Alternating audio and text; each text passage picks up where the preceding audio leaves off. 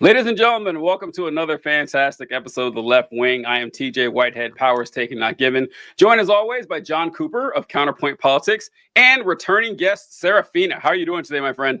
I am good. How are you? Oh, we're doing all right. I don't know if you heard John and I or me say this, that Hugh Jass came on to us. He always lets us know when we're running late. Although that's not usually the symbol he writes there. I don't know if that was, he usually has like a hand pointing at a watch, but now he has it pointing at like it's a fucking symbol or something. That's what it looks like, right? That's what that means. Like, am I Hugh Jass, do you want to have sex with us? Like, what is going on? Yeah, here? right. This is odd, yeah. TJ, how dare you assume? He clearly just wants to finger us. That's I know, right? Yeah, obviously, yeah. He doesn't really care if the show's on time or not. Yeah, we're running a little bit late, but we're good to go now, folks. I was just talking to Serafina backstage that all the topics that I sent yesterday, I feel like I have 3 new ones in the last 10 hours or something like that they've all come up. So we'll try our best to get to it and do the banter and everything, but I think we have to discuss this Epstein Files thing. John, have you seen anything about this? TJ, here's the thing. I'm having this problem recently where you're right. There's just a fire hose of constant topics to discuss. Every time we set topics, I mean, we didn't even set topics yesterday. We set them like today. But all of it doesn't matter. Like I'm starting to realize that it's all just dumb bullshit until you don't get the story until like 2 weeks later.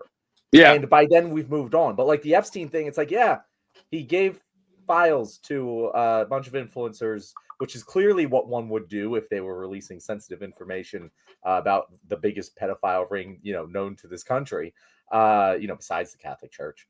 But like that, it's weird. It's weird. It doesn't matter. Like, I don't have much more to say to it other than, yeah, this is obviously some stunt. He's not going to actually release the unredacted files because he's on them. So whatever this is, it's a stunt.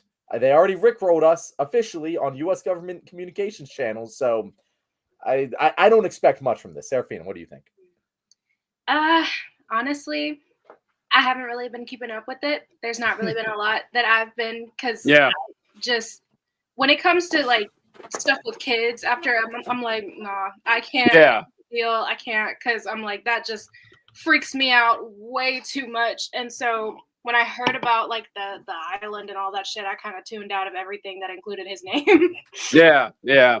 This story is fairly new. This came up this afternoon, so if you hadn't heard of it, I wouldn't be surprised or anything. But basically what happens is that, folks, Donald Trump has released the Epstein files, not to the public as you would think, because that would be, silly and irresponsible. He would never do something like that. He actually released it to a hand-picked selection of conservative influencers. That's how you know he's taking this seriously. And it was people like Mike Cernovich, the Libs of TikTok lady, DC Drano, a few, the usual suspects that you'll see with stuff like this. And you can see these conservative influencers here. Here's a few of them holding up these binders. And the binders say the Epstein Files Phase 1. Intrigue. There's going to be more, clearly. And they're smiling from ear to ear because they're dealing with the hilarious topic of child rape. They couldn't be happier. Like, look at these guys. And so that's when I saw this embarrassing display, like I would say it hit a new low, but I don't know. I think there have been lower points. But anyway, when I did see it, my immediate thought was, okay, there's nothing in those binders, like or at least nothing that we haven't already seen before. There's no way that this is a production. This is something that's meant to put on a show for the rubes out there. And you don't have to take my word for it or take my speculation for it, because Liz Wheeler, who was one of the influencers who got that binder, said the exact same thing. And I'm going to play a clip of what she said after she got this binder. So here we go. Here's what Liz Wheeler's got to say. Hey, I'm in the airport, but I wanted to jump on here because this stuff is blowing up, as it should be. And I wanted to open the Epstein Epstein Files binder and show you what's in it, because this whole exercise is about transparency. And I wanted to address some of your concerns, but I want to start with what happened this morning. So this morning I was at the White House meeting with President Trump and Vice President J.D. Vance and Attorney General Pam Bondi and FBI Director Kash Patel. And they presented us with, let me show you. They presented us with a couple of things that I want to show you. And you'll have to forgive the background. We are right now in the airport. And they presented us with this binder. Now, this is the binder that I posted a picture of. You saw that. Millions of people saw that. It says on the front, the Epstein Files Phase 1 by order of Attorney General Pamela Bondi and FBI Director Kash Patel, the most transparent administration in history, the 45th and 47th President of the United States, Donald J. Trump. Now, what's interesting is we're all waiting for bombshells. We're all waiting for juicy stuff. And that's not what's in this binder. That's not what's in this binder at all. And that's exactly how the Attorney General presented it to us. She handed us this binder and she said, the President of the United States, Donald Trump, has given me an order to declassify the Epstein files. And I have been quickly working on doing just that because we want to be the most transparent administration in history. We know that as of a week ago, she went on, I believe it was Fox News, and said that she had the Epstein files on her desk. And when I think it was Jesse Waters asked her, well, is there anything, have you found anything juicy yet? She said, not yet. So her message to me when she handed me this binder was, we expected to release bombshells. We expected to find the dark stuff, the dirty stuff, the names of the people that were involved in what Epstein was doing. And when these files were put on my desk and she was relating how she looked through them. She said, it wasn't what I was expecting. And I said, is this it? Is this it? And she said, something is not right here. Now, just because she had that feeling, she still wanted to not only fulfill the president's order to release these, she wanted to do it in a timely manner. And so they prepared this binder. They were going to release what's in this binder, and I'll show you what's in it. All right. So as we can see, nothing burger. There's nothing there at all. It is full of a bunch of documents that were either already publicly available. There's a lot of information available about Jeffrey Epstein, including his flight logs, which have Donald Trump's name on them, for 4 or 5 times, if I remember correctly, and information that's ancillary or inconsequential to the case. So, John, were you surprised to hear that this is absolutely nothing in there? Least surprising news I've heard all day, TJ. Here's the thing. First of all, a lot of times when I speak on this show, I'm speaking from a place that I actually don't have much experience. I'm fairly well read in a lot of political stuff, but I don't have experience actually running a party. I'll play Monday morning quarterback. Something I do have experience in is making political content. And let me tell you, that just annoys me because that was the most boring thing I've ever seen in my entire life. If I actually was making she didn't even try. She didn't even try to make it hey, we're gonna have a catchy intro. We're gonna make sure that we make this content good. No, she's just talking to the camera, and she gets to meet with Donald Trump because she's not gonna push him too hard, which, it's just a personal annoyance. It's so much easier to be a conservative grifter. We all know this, but oh my God, at least try. At least try. John, you're not factoring in that she's a pretty blonde woman. That's worth a lot in the conservative media sphere. It is maybe the most valuable thing when it comes to saying news. And this is definitely a thing with Donald Trump, but it's been a thing with conservatives for a long, long time. The only qualification to tell the news is a willingness to lie and being a pretty blonde woman. Yeah. What do you think, Serafina? Shocked? Surprised? Appalled? I just don't see the point, honestly. I'm trying to figure out what's the point of all of this? Why are we why for what?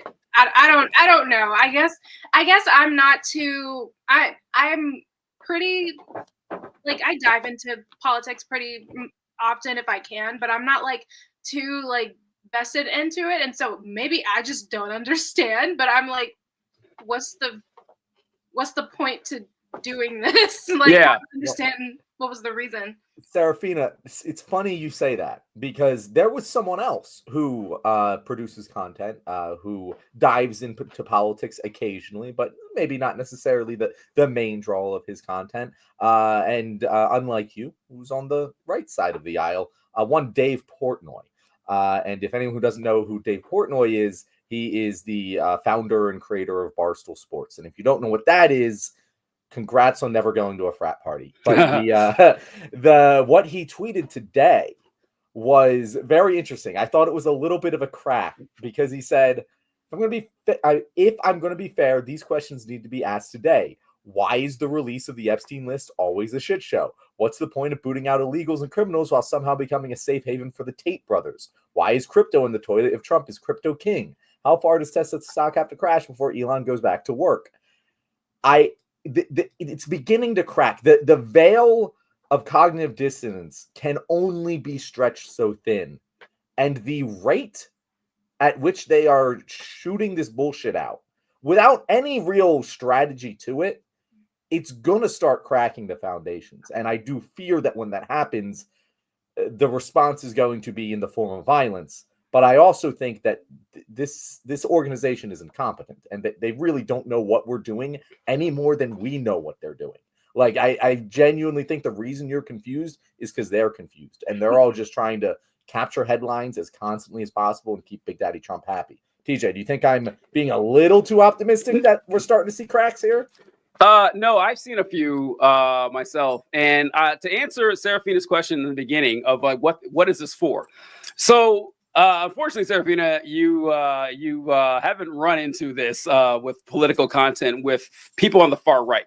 People on the far right are obsessed with conspiracy theories, and every now and then a conspiracy theory is true. Like or you know, like Gulf of Tonkin. What's it? What's the one with the mind control? MK Ultra. MK Ultra. Yeah, those actually are. Those conspiracy theories are real. Or one that seems like it could plausibly be real, that Epstein wasn't, that Epstein did not kill himself.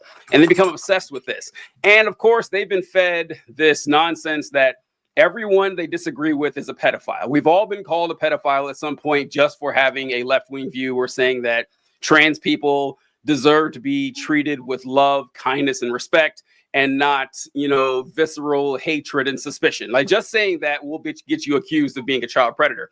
So when the Epstein thing, they think there's this treasure trove of information that will you know, assuage all their doubts and support all of their accusations that all these people they know or that they hate are child predators. And Trump knows this. Trump has been riding this wave for a long time. So he's got to do something to give them the breadcrumbs, because they've been saying he's the white hat up there, the white hat. He's been out there fighting these people. So it's like, okay, I got to give him something, because he doesn't want to give them everything, obviously.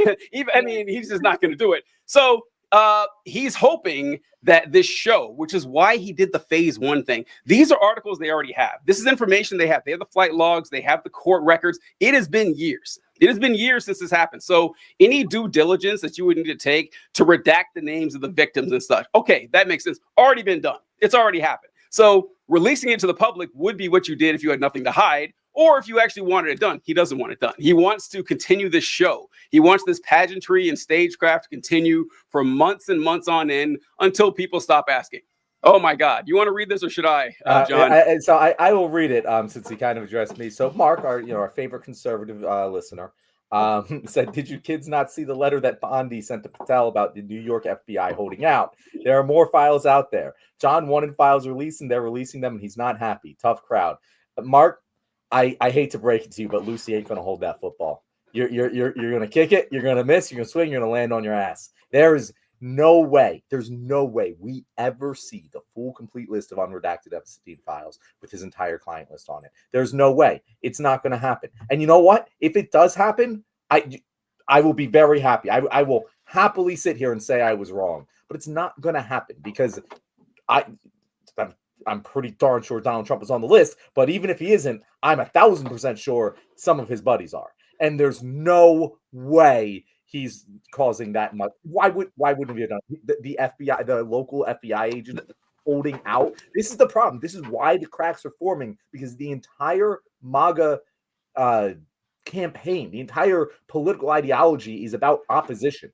And now that they're in charge, they're going to get bored of, just saying retard a bunch. Yeah. Eventually. And like soon that honeymoon phase is going to be over, and they're like, who are we going to be mad at? Oh, these random unnamed FBI agents who are holding out this list, they're outsmarting the most powerful man in the world. Who would have thought? Like, trust me, I work with the Democrats. They do this shit all the time. Like, we understand when they're gonna pull the football. They do it all the time. Oh, we're gonna codify Roe into law. Okay, buddy, sure you will. That's how you should feel about these Epstein files right now.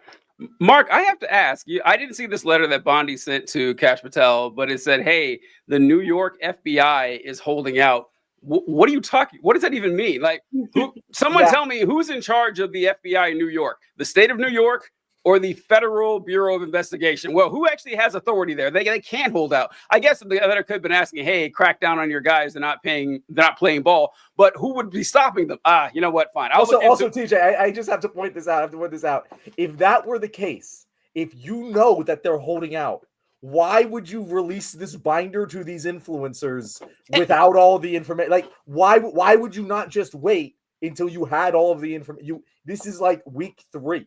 Like, if you're waiting already, if it's not a day 1 thing, you might as well wait a couple more days, because right now, what's the deadline here? Like, at what point are you gonna be like, yeah, actually, it doesn't make sense they haven't released the list yet, because it's gonna be sometime between now and 4 years from now. Yeah, it's gonna be a lot closer to now. Yeah, I've seen a lot of conservatives, more than I expected, saying this is ridiculous. This is a waste of time. And it'd be one thing. It would be one thing if the Trump administration published on pervert.gov. Here you go. Boom. Here is all the perverts that we found on this list. Here are their flight records. Here's what Epstein said, and just released to the public. That would be one thing. That's not what happened. He picked half a dozen conservative influencers, gave them these binders that they've specially prepared to be held up, told them to go out, smile for the camera, put on this show, and let everyone know, oh, wow, look, we're really doing something.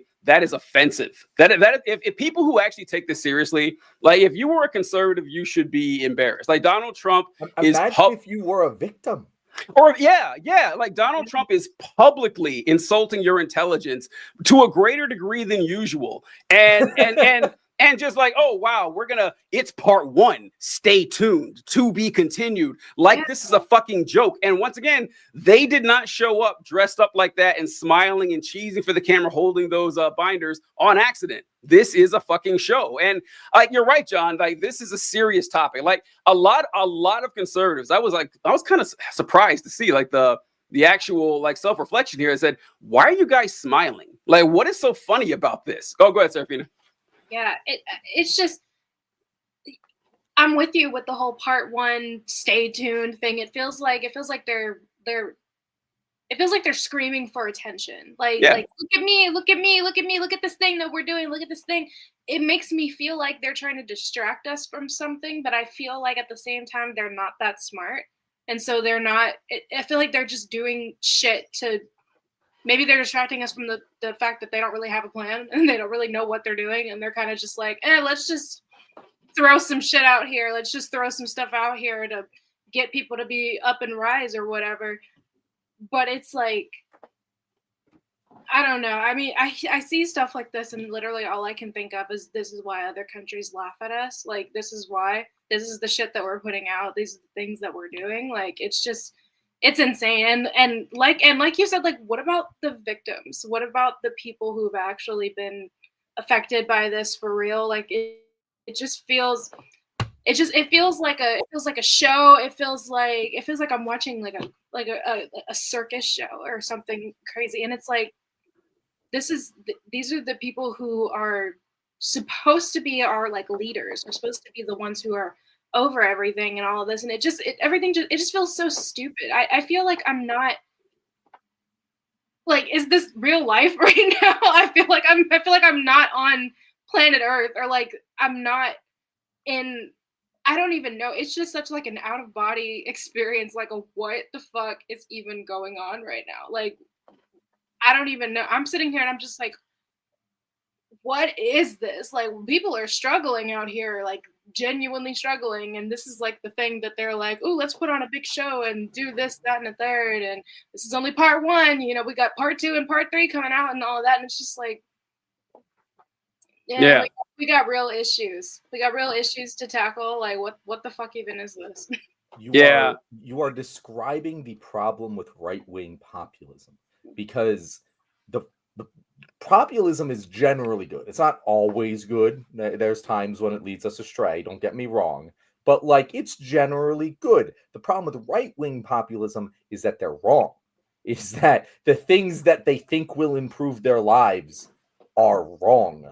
And they actually truly believe in it. Like, the reason that we're seeing some conservatives crack over this is because they genuinely believed that Donald Trump was their white hat, like TJ said. They genuinely believed that Donald Trump was going to release this list. And they've been waiting. And he's making a joke about it. Very clearly making a joke about it. Like, this is the level of clickbait of like, it was like, it went out of fashion, but for like a whole year, there was those TikToks where it was like, we're going to string you along for a minute here with part one, and then right before the thing you've been waiting for happens, oh, you got to go to our profile and follow us to get to part two. That was a huge trend like 2-3 years ago, and like, that's exactly what this is. And he's doing it with something that people actually genuinely, something that he said, I'm going to do this for you. You genuinely care about this. And that's just what's going to happen over and over and over and over again, because he doesn't actually have solutions to people's problems. He just said he did. And eventually, when the people's problems don't get solved and they in fact get worse, we're going to see some infighting. I don't know who's going to be the first egg to crack. I don't know who's going to be the first big name to go anti-Trump, but it's going to happen. And at the rate we're going, it's going to happen soon. What do you think, DJ? I think you're correct that, I mean, eventually stuff like this will piss people off because I think they'll find it more annoying than anything else. I think that the actual crack would have to be something bigger. But what Serafina was saying, I've heard this a lot with Trump because he keeps doing this shit. John and I have discussed this many times about the Gulf of America, or, hey, I want to make Greenland a state, or, just, hey, here's a bill saying that we should have the U.S. Mint put Donald Trump's face on a $250 bill. Let's carve Trump into Mount Rushmore. And people will refer to this like, well, this is clearly a distraction from the bad stuff that they're doing. The only problem I have with that way of thinking is that they don't seem particularly scared of talking about the bad stuff they're doing, right? I mean, they will gladly tell you, yeah, we are cutting billions of dollars of Medicaid. Yeah, we would love to do something like that. And so to me, I see it as less of a distraction and more as of like a pacification, that this is something that you really like. You want the red meat, here's a slice of it, to try to keep you happy for a little while. I just think that this was executed so poorly that I don't think anyone's going to actually be happy with this. They're like, this is a waste of time. If you could, like, this information is already available, go ahead and put it out. What did Mark say? My gosh, read the letter. Bondi asked again and again. The attorney general does not ask. Oh, you know what? Never mind. New York FBI said, yeah, anyway, sorry. New York FBI. Again, Mark, it doesn't matter. It doesn't matter. If you're right, you'll be right eventually, right? You can write me. You can write send an email to leftwingpod@gmail.com. That, by the way, anyone who's listening, that is where we get our reader emails from. But if this happens, and I will not move these goalposts, I will say this right now. If he releases an unredacted list of Epstein clients that we apparently have, you can write whatever you want. I'll say it. I'll say whatever apology letter, whatever you want, because it's not going to fucking happen. And I want to be clear about this. That doesn't mean release a few names. That doesn't mean, oh, he released a bunch of names. Coincidentally, they're all people that he already was upset about. Like, a full fucking list confirmed by like independent sources. This is the list. I will say whatever you want as a mea culpa. It's not going to fucking happen. I do want to say, like, I don't think an actual list exists. Like, it is like we have the because Epstein didn't keep a list, so it's like, oh, these are because these are the people we suspected, these are the people that we have evidence for. It'd have to be like court documents. I don't know, like what the court proceedings found, what the grand jury found. Give me something that's like legally binding under subpoena. Like, so have like the New York Times or some major media institution verify the information. Whatever it is. I'll take a very low bar of proof because I would love for all of this to be released. I've said this a million times. Joe Biden should have fucking done it, and he didn't fucking do it, and I got mad at him about that. Donald Trump ain't gonna do it either. No, John and I will take you to a steak dinner at the dining establishment of your choosing. If Scott's Burgers. Or Scott's Burgers in Bixby, Oklahoma. You know, go on and give them a visit, folks. They got the best burgers in the southwest Oklahoma. Yeah, so whatever. Yeah. All right. Yeah, Oklahoma's a weird one. Like it's in the Midwest, but it's not quite Southwest. I don't think. Like yeah, right in the middle, but it's like directly above Texas, so it feels like the South. But Texas is much taller than you think it is. So yeah. I consider it South. Yo, that's right, Surfy. Okay, yeah. So I mean, Texas, like obviously. So okay, I consider Texas a Southwest state because like Texas is in the South, but it's not like Alabama. Alabama is South to me, but Texas seems Southwest. Am I right on this? Because like the food and the culture is not the same as the rest of the South, you know? Mm-hmm. Yeah, I would say usually when I think of the South, I think of like Georgia, kind of. Yeah. Like down that way, sort of. And so I can see like what you mean by that, like because Texas is like at the very, very edge of it. Like anything past Texas, you cannot consider the South anymore. Right. Texas is like the spot where it ends. Like past Texas, if somebody said that like New Mexico was the South, they'd be like, what the fuck are you doing? Prison. No, it's not. Not happening. Yeah, I see what you mean. Interesting thing with Oklahoma, since we brought it up. This is our first time with Oklahoma talk on the show, I believe. So you guys know the Oklahoma Panhandle. Yes, I was just about to say this, DJ. John already know this. Yeah. But the Oklahoma Panhandle was not originally part of the territory that was drawn out for Oklahoma. The only reason Oklahoma has a panhandle is that part of the state used to belong to Texas. But that part of the state was over like the Mason-Dixon line or whatever the line was that said you cannot own slaves above this line of latitude.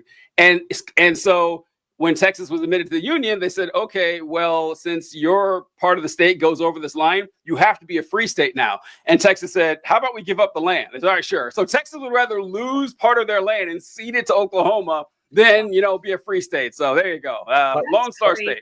Fun fact, TJ, that was my first viral TikTok. Was explaining. Oh shit! It was my first 1 million+ TikTok. It was explaining the Oklahoma Panhandle way back in the day. The stars at night are big and bright. All right, so okay, so we can probably still do this. I want to do a little bit of banter. I saw a video that you made a couple of days ago. Then again, it's actually hard to know because like whenever you see creators that you follow, sometimes you don't see the video till a week later or something like. Me, TJ? No, Serafina. Serafina, okay, yeah. I know who Serafina and John is. John. And so, all right, Serafina, you did a video about not wanting to work that really caught my attention because one thing that I've loved seeing people talk about whenever the pandemic hit and people were doing work from home stuff or jobs where just like people were having a hard time hiring workers and don't want to go on the pandemic. The phrase "no one wants to work anymore" started catching fire from bosses and capitalists and managers and class traders and all that.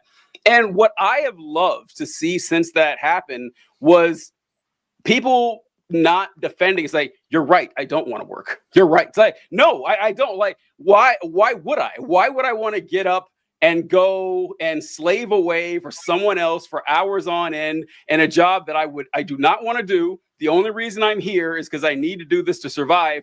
And it's not my passion. It's not my interest, not my goals. I'm just making somebody else rich.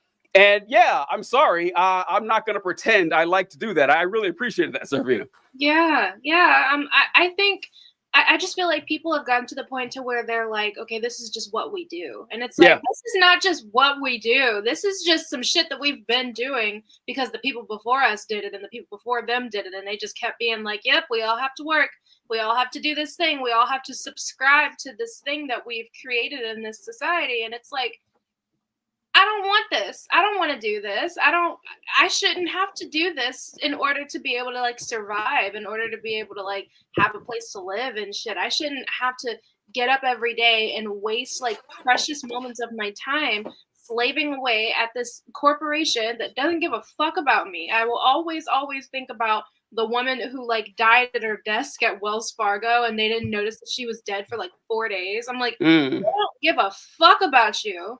They don't give a fuck about you. They don't Wait, give a fuck Seraphina, about I haven't heard about that. I know that story what either. happened there? Yeah. Yeah, that was a couple of months ago. I think there was a woman who was working at it might not have been Wells Fargo, but I think it was a bank or something, where she was working at her office and she died at work and no one noticed her body for like 3-4 days. And it's like they seriously do not give a fuck about you at all. And so I look at stuff like that and I'm like, no, I don't want to work. I don't want to work. I have very, very precious time on this earth and I would like to spend it doing things that I actually want to do, because like people don't realize how much of our time we spend actually working. It is insane. It's like either we are working, we are asleep, and then there's a very small sliver of time where we're doing everything else that we want or need to do on earth, you know?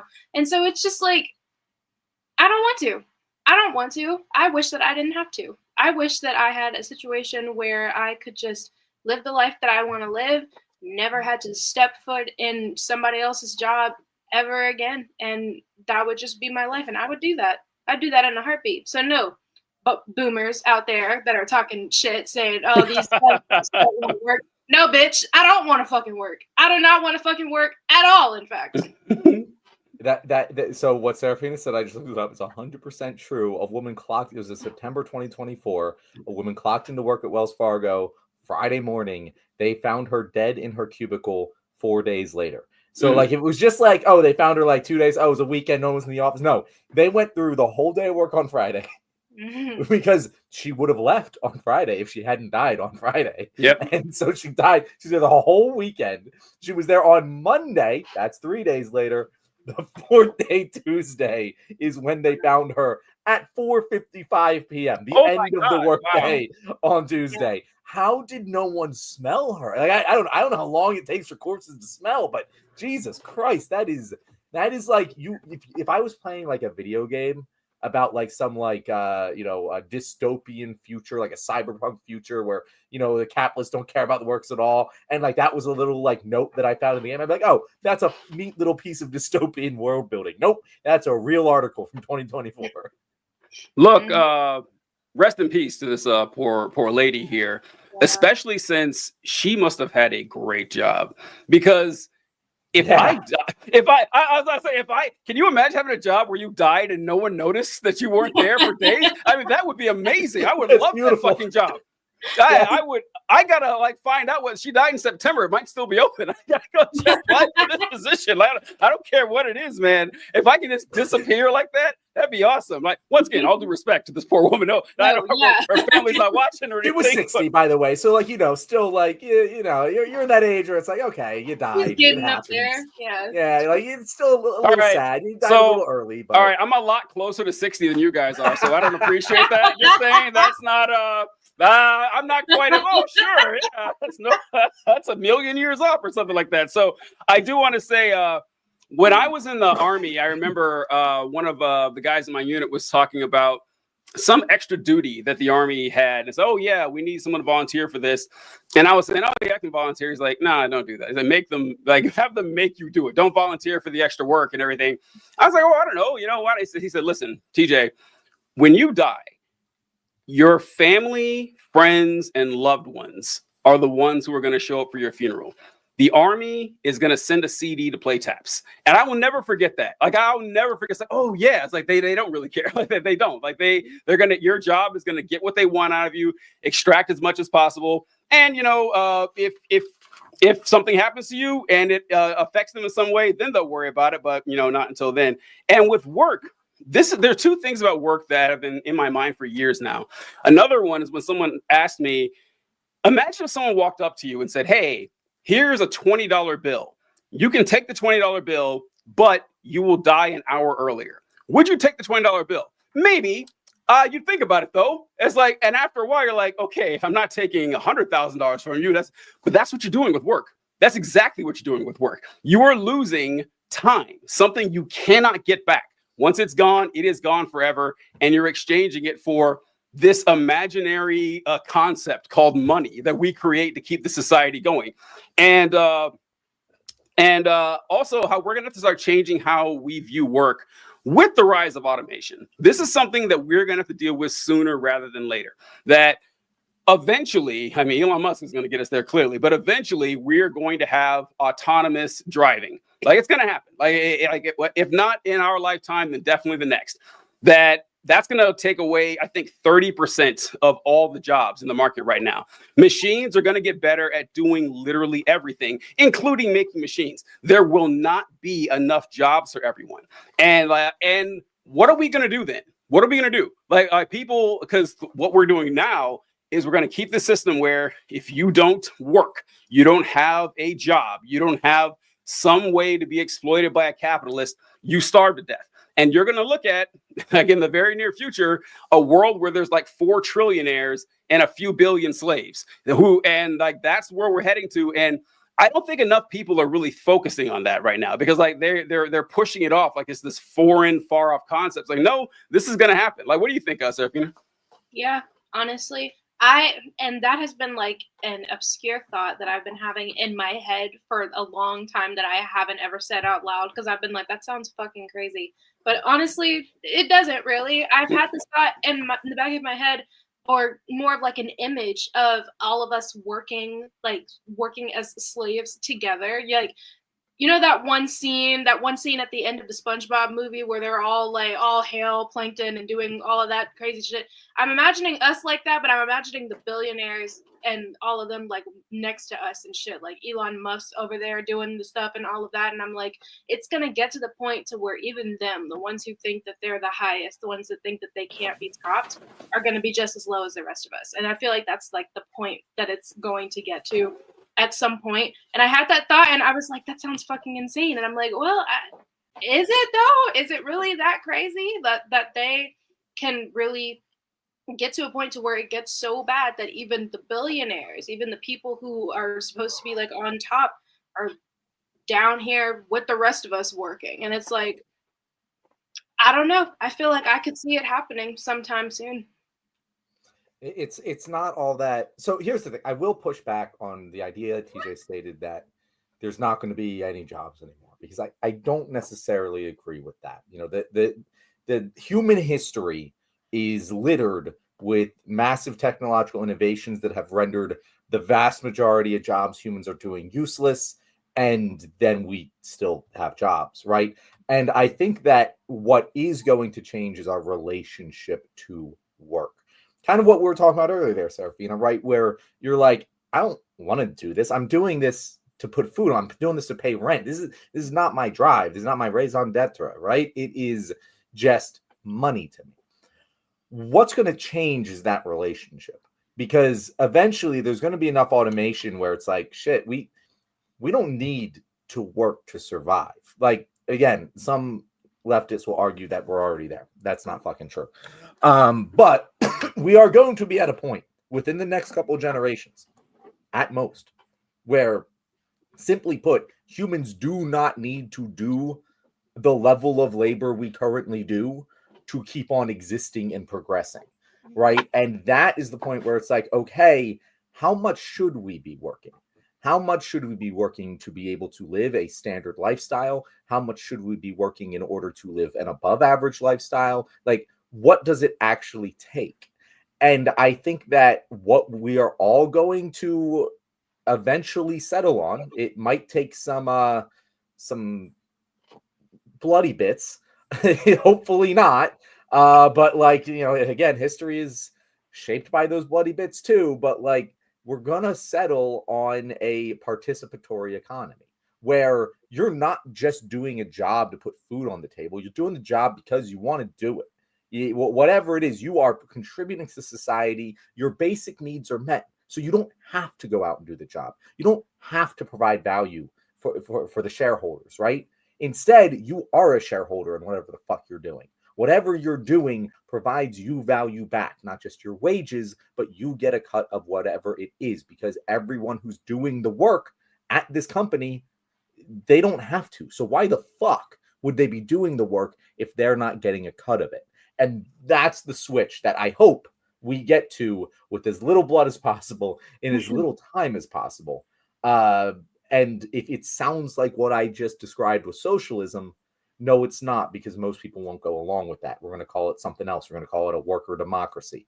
I saw participatory economy. I saw that thrown around too. But that is the inevitable future, because on any timeline, you might argue it's longer than I am, but like, it's going to be a point where we don't have to work to survive. Like, we all know this. We all know this to be true. So what happens at that point? Why would anyone go work for someone else to make them profits when they don't fucking have to? You know, that it's going to happen. It's just how much blood must be shed before we get there. TJ, am I being too optimistic again? I think so. Yeah, I do. I think I see it going the exact opposite direction, where you won't have to realistically, you would not need to work to survive, but our system would need to change for that to be true. Because if that's why I say there might be some bloody bits. It would have to be it would have to be a wild change in our relationship between money and work. And that's, I guess, what the point we're saying here is that, because I mean, even like small like jobs, like no one has asked that at every neighborhood Walmart that all of the cashiers are self-checkout. Nobody asked for that. Nobody at all. And it happens all the time. And so the second that a capitalist can get rid of your job, they will, which is funny when they argue. It's like, oh, well, look, you're replaced by a machine. Brother, that's happening anyway. The second it becomes cheaper, they will do it. And the capitalists don't have any interest in keeping workers other than having someone to actually spend the money. Like, they do need a baseline for that. But I don't know. I think it's going to be like real dystopian real quick before people get to that point, because you're right. Like, we don't actually need it, but I don't know. We can go on. And I want to interject here, TJ, because Mark wants us to talk about eggs and what the Department of Agriculture is doing with eggs. I have no idea. And I have no idea. I'm going to be straight up with you. Yeah. I have not read what the Department of Agriculture is doing with eggs. Again, there's just a fire hose of shit all the time. I am kind of interested, though. I'll look it up. But here's the thing. The reason egg prices are high is because of the bird flu. There's nothing that systemically can be done to just make more eggs happen. You know, like, it's not a policy that's causing the egg prices to skyrocket, just like it wasn't a policy back when they skyrocketed under Biden. Like, I never blamed Biden or anything he was doing for the rising price of eggs. That's just a supply and demand thing. And, you know, it's going to return back to normal. There's other things that are systemic. There's a lot of prices in our cost of living that have increased due to systemic policies, the largest of which being housing. You know, if we build more housing, we'll reduce that price. That's the systemic issue. We can't build more eggs because they're dead. The chickens are dying. That's why we don't have the eggs. They get produced naturally. So these are the things where it's like, yeah, there's still limitations in this world, which is why I argue with some leftists who are like, yeah, we just spend. We can't fuck ourselves because, yeah, we can fuck ourselves. We're still limited by things like disease and physics. But who knows for how much longer that's going to be. I would wager that by the time, you know, I'm an old man like TJ, there's going to be significant changes in our relationship to scarcity. Because it feels like we aren't moving, but we're moving faster than ever before. And that is the difference between, you know, the Industrial Revolution and now. During the Industrial Revolution, people lost their jobs. There was economic turmoil, all of this, but it happened over the course of decades. This is all going to very suddenly happen over the course of a decade. And that's what I don't know how humanity gets around, because it's never happened this quick before. But we'll find out. TJ, what are you pulling up here? You got some new goodies for us? All right. This is the Agriculture Secretary outlines a plan to lower egg prices. The Agriculture Department will invest up to $1 billion to curb this crisis and make eggs more affordable again. We are working with the Department of Government Efficiency to cut hundreds of millions of dollars in wasteful spending. That's a very funny sentence. We're spending a bunch of money and we're cutting it. Yep, We will repurpose some of those dollars by investing in long-term solutions to avian flu, which has resulted in 166 million laying hens to be culled since 2022. The Agriculture Secretary said that $500 million will be allocated to help U.S. poultry producers implement gold standard biosecurity measures with a focus on protective gear and procedures that decrease the risk of contamination. She added that the officials will consider temporarily importing eggs to lower costs well, won't those be tariffed? And said legislation like California's Proposition 12, which upholds space requirements for egg-laying hens. This is very boring. All right, great. Honestly, that is great. It was boring. Great. That was the most articulate thing I've read out of the government in weeks. Like, that all made sense to me. You know, that doesn't sound crazy. I'm on board. The Department of Agriculture, I don't know who's running it right now. I'm sure some ex-Monsanto lobbyists, but like, that works for me. That sounds. It sounded oddly normal. It sounded oddly normal. Yeah. Maybe there was something else weird in the second half of it, but so far what I saw was pretty standard. All right, last thing for like pop culture shit going on here. John, you mentioned it earlier, but this is another like a split that I saw from conservatives. Serafina, I don't know if you saw this, but Donald Trump like pressured the Romanian government to release the Tate brothers and have them brought to the United States. So Andrew Tate and Tristan Tate flew into the United States today, and I saw a lot of conservatives complaining about this, including Ron DeSantis. Ron DeSantis, I saw him make a public speech saying that we do not want the Tates in the state of Florida, which kind of surprised me. I was surprised because, like, you know, why would he go against because the conservative movement, like this last election, we saw they're going all in on the memes, you know, to get the young men vote, and which worked incredibly well last time. And this is like, for some reason, a hero to young men out there. I thought only 14-year-olds, I guess maybe up to 24 or something like that. But that's why he's rolling hard on this. But Serafina, did you see that? I did not see that, and like I keep forgetting that these motherfuckers exist. Like I keep forgetting that like they're there and that they're still alive and kicking. Like why? At this point, I'm kind of just like, for what? Like, why? Leave them where they're at. I don't understand. John, do you see it? This is what I'm saying with like, these guys aren't smart. They're not doing. They have all of the ability to absolutely ruin us. Don't get me wrong. I'm still very scared because they have the ability to destroy us, and in many ways they are. They're going to be very successful at doing a lot of things. But like, this is one of those things where it's like, someone convinced Donald Trump that it would be good for him. He went out there and fought for it, and like, it's so obviously not. Like, the only sphere in which the Tates have like any sort of positive influence, and by positive I don't mean like they're influencing things positive, I mean like people will say positive things about them, is like very online fucking conservatism. The vast majority of conservatives loathe people like Tate. Like as much as we will clown Republicans and conservatives for, you know, being patriarchal, you know, being misogynistic at points, most of them aren't pro sex trafficker, you know, like as much as we can make that hyperbolic joke, the vast majority of them find that abhorrent, as they very well should.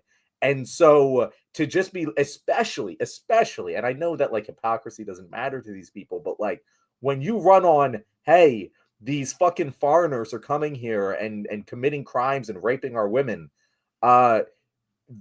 you're literally bringing in foreign sex traffickers. Like, that's what you're doing. Just not even a point of contention. That's just what these people are. So it's like, yeah, that's going to piss off your fucking base. It's also going to piss off normal fucking voters who aren't these hyper online conservative, literal fucking Nazis. Like, it's the only part of the coalition that is actually maybe happy about this. And even then, it's just the dumb Nazis, because the smart Nazis are like, oh no, we don't want to be associated with them. They're way too clearly bad. Right. Yeah, it's true.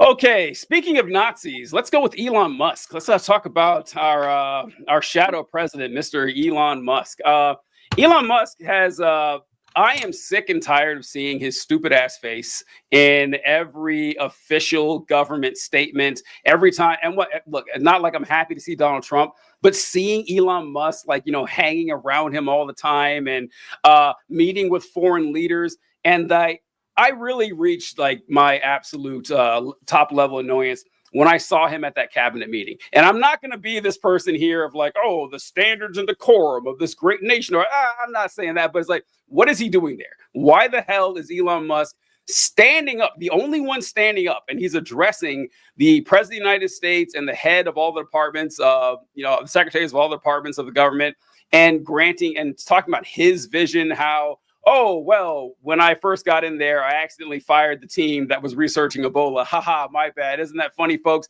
In his stupid hat and blazer and t-shirt. I'm just tired of seeing this guy. Serafina, what are your thoughts here on President Elon Musk somehow? I'm so fucking tired of him existing, of him doing shit, of him just constantly being around. I'm tired of hearing his name. Why is he here? Like, why? Why is he here? Not even like just in the White House, just in the cabinet meeting, just in, the literal government for some fucking reason. And he's not even a citizen. This dude isn't even from here. That's the shit that's getting me. I'm like, he doesn't even go here. Why is he constantly in all of the shit? Why is he in the meetings? Why is he sitting here and sending out emails and shit to like government officials and shit, telling them, you need to tell me what you did this week and this, that, and the third? Like, who are you? I don't understand like why people are paying attention to this man, why they're listening to them, why they're allowing him to do all of this shit. Like, it doesn't make sense to me. It's like, what is your purpose? Why are you here? Why are people actually listening to you and giving a fuck about your opinion?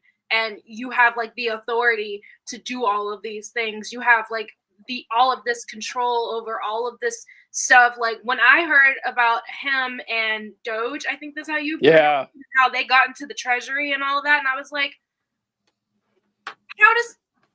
who is this dude? How does he have access to the government funds? Like, what's happening here? And so I'm so sick of the day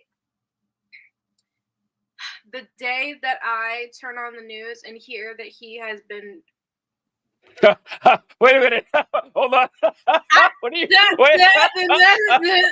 Thank you for joining today's show, folks.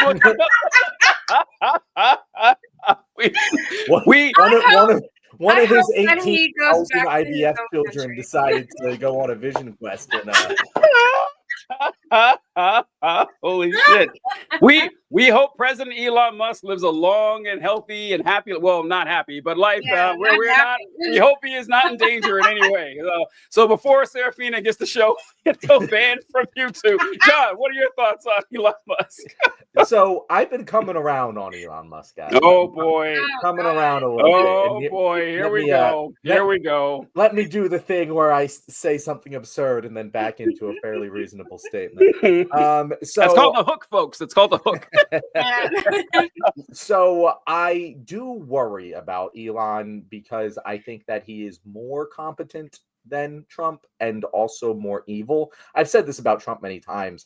I think Trump is a fascist. He's clearly an authoritarian. I do not think he is a Nazi. I don't think that he's a racist in the sense where he holds severe racial prejudice. I think he just like kind of has it unconsciously and will act upon it and be an asshole because he'll never fucking consider how his actions affect other people. But I don't think that like deep down his heart of hearts he like cares about racial hegemony. Hegemony. That's one of the words, Serafina, that I mess up all the time. Racial hegemony in the United States. He doesn't give a shit about any of that. Elon Musk does. Elon Musk is a child of apartheid South Africa.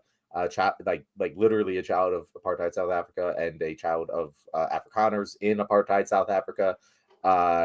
He has the ideology on lock, and he is very aware that just putting a fucking chainsaw to these federal bureaucracies is going to be very beneficial for the capitalist class. Like, don't get me wrong. What he's doing, while is a clusterfuck, is highly strategic in what it's going to deliver to him and, people of his class. That being said, what Elon Musk is a generational pyramid scheme guy. Like that's all he's ever done. Tip of the cap, honestly. He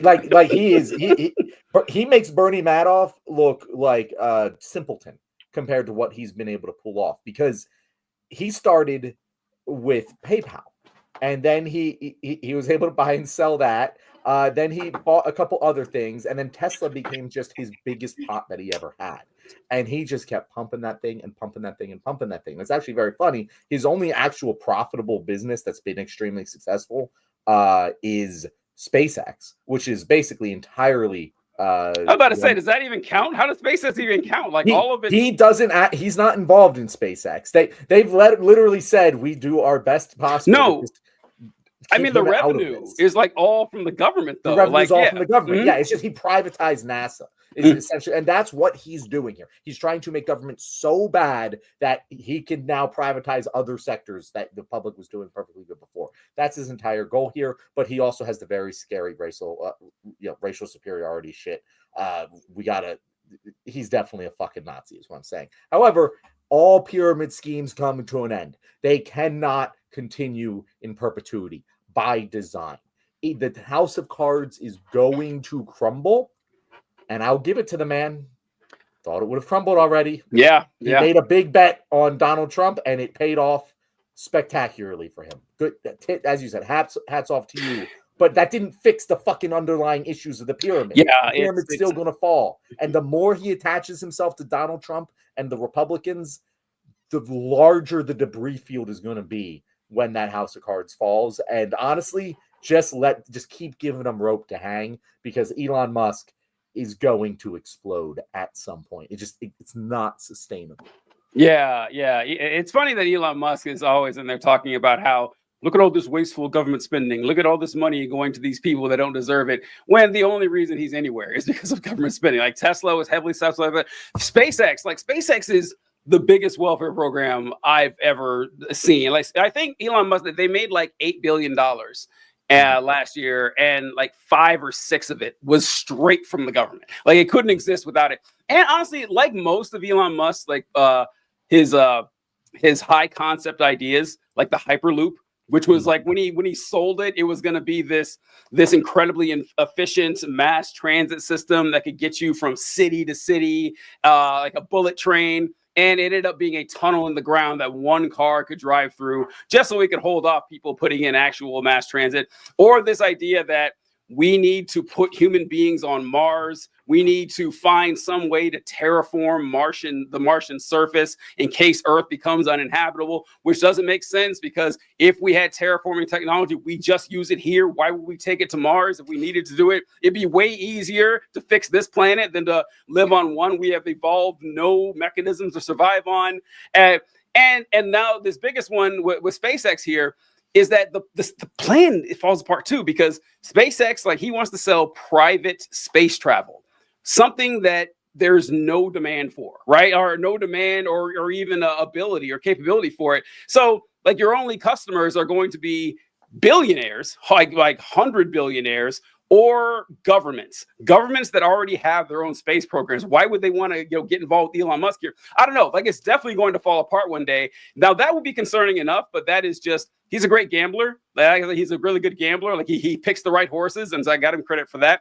But yeah, the racist stuff is just, it's so concerning, as Elon Musk would say. He said it's concerning. Like, how often he posts straight up Nazi stuff. He posts stuff from like pro-apartheid accounts. He's always doing this shit. Go ahead.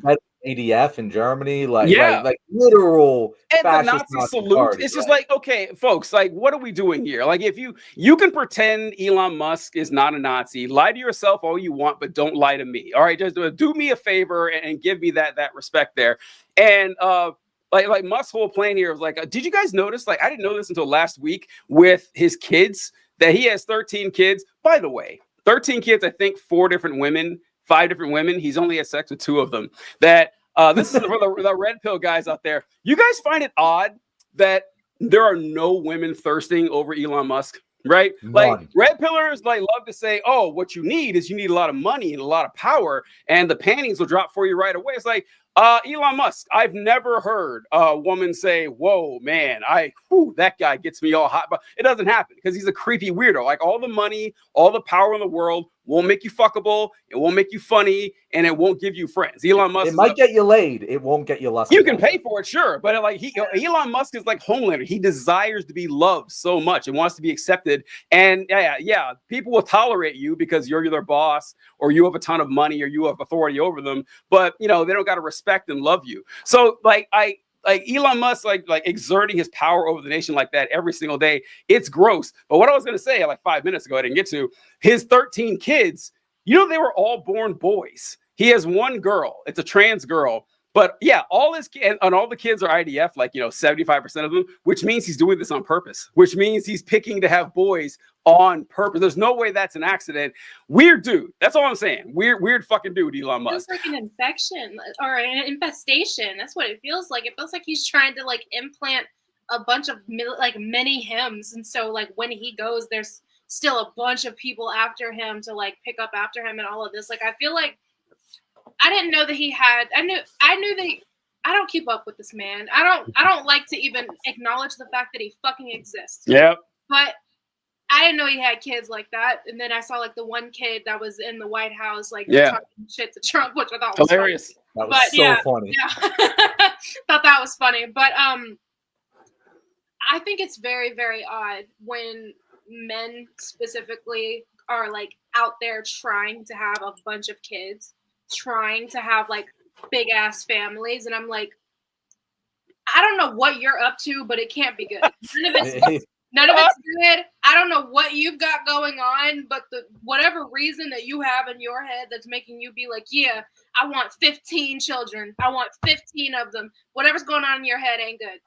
I don't like what's going on, and I don't trust anybody that has that mindset of if you want more than like 8, I'm looking at you like, what the fuck are you on? What are you doing? Why do you for what? And so because he doesn't have to take care of them, Sarah. You see that?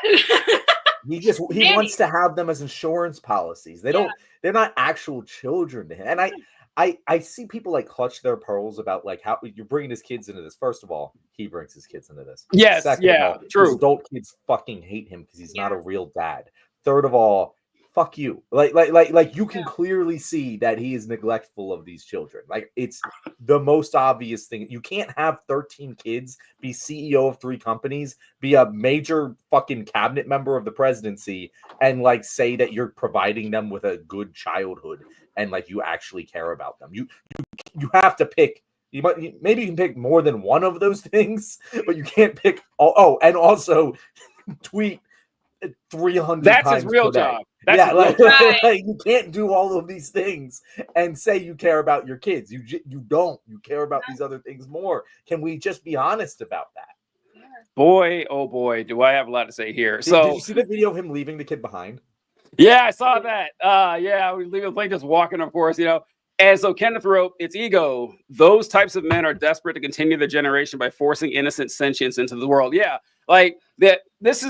I've thought a lot about this too, where John, actually, you must have seen, like, you grew up Catholic. I'm sure you saw a lot of people that were saying, oh, I need to have this giant ass family. That's a Catholic thing, right? It was a Catholic thing. Oh, okay. I mean, it's one of those things where it's like my grandmother, like she was one of 12. Mm-hmm. Her parents were one of 12. My mom was like one of 6. Like it was definitely a thing. But like this generation, like my parents, like the Gen Xers, I have not seen that trend continue. At least in my own personal knowledge of Catholics that I grew up with. Maybe there's other Catholics who are still on that, but it seems to be left behind. It used to be a thing. The Irish Catholics bred like rabbits. 100% correct. Not so much anymore. Oh, maybe that's what I'm thinking then. Yeah, because the like faux immortality is one aspect of it, where people are terrified of death and they hate the thought that one day someone will speak their name for the last time, and then they will effectively cease to exist. And like, well, I can continue this through my kids, which you can't, right? They're their own people. It's a weird thought to me overall. And I know it's I've never really understood that, honestly, but I do get the thought of wanting someone that you can teach, like wanting someone that you can pass your knowledge and your experience with.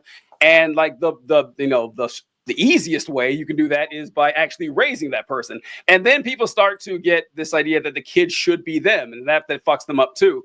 And so I do kind of get the idea of wanting to continue your legacy through a person who's most likely to do it.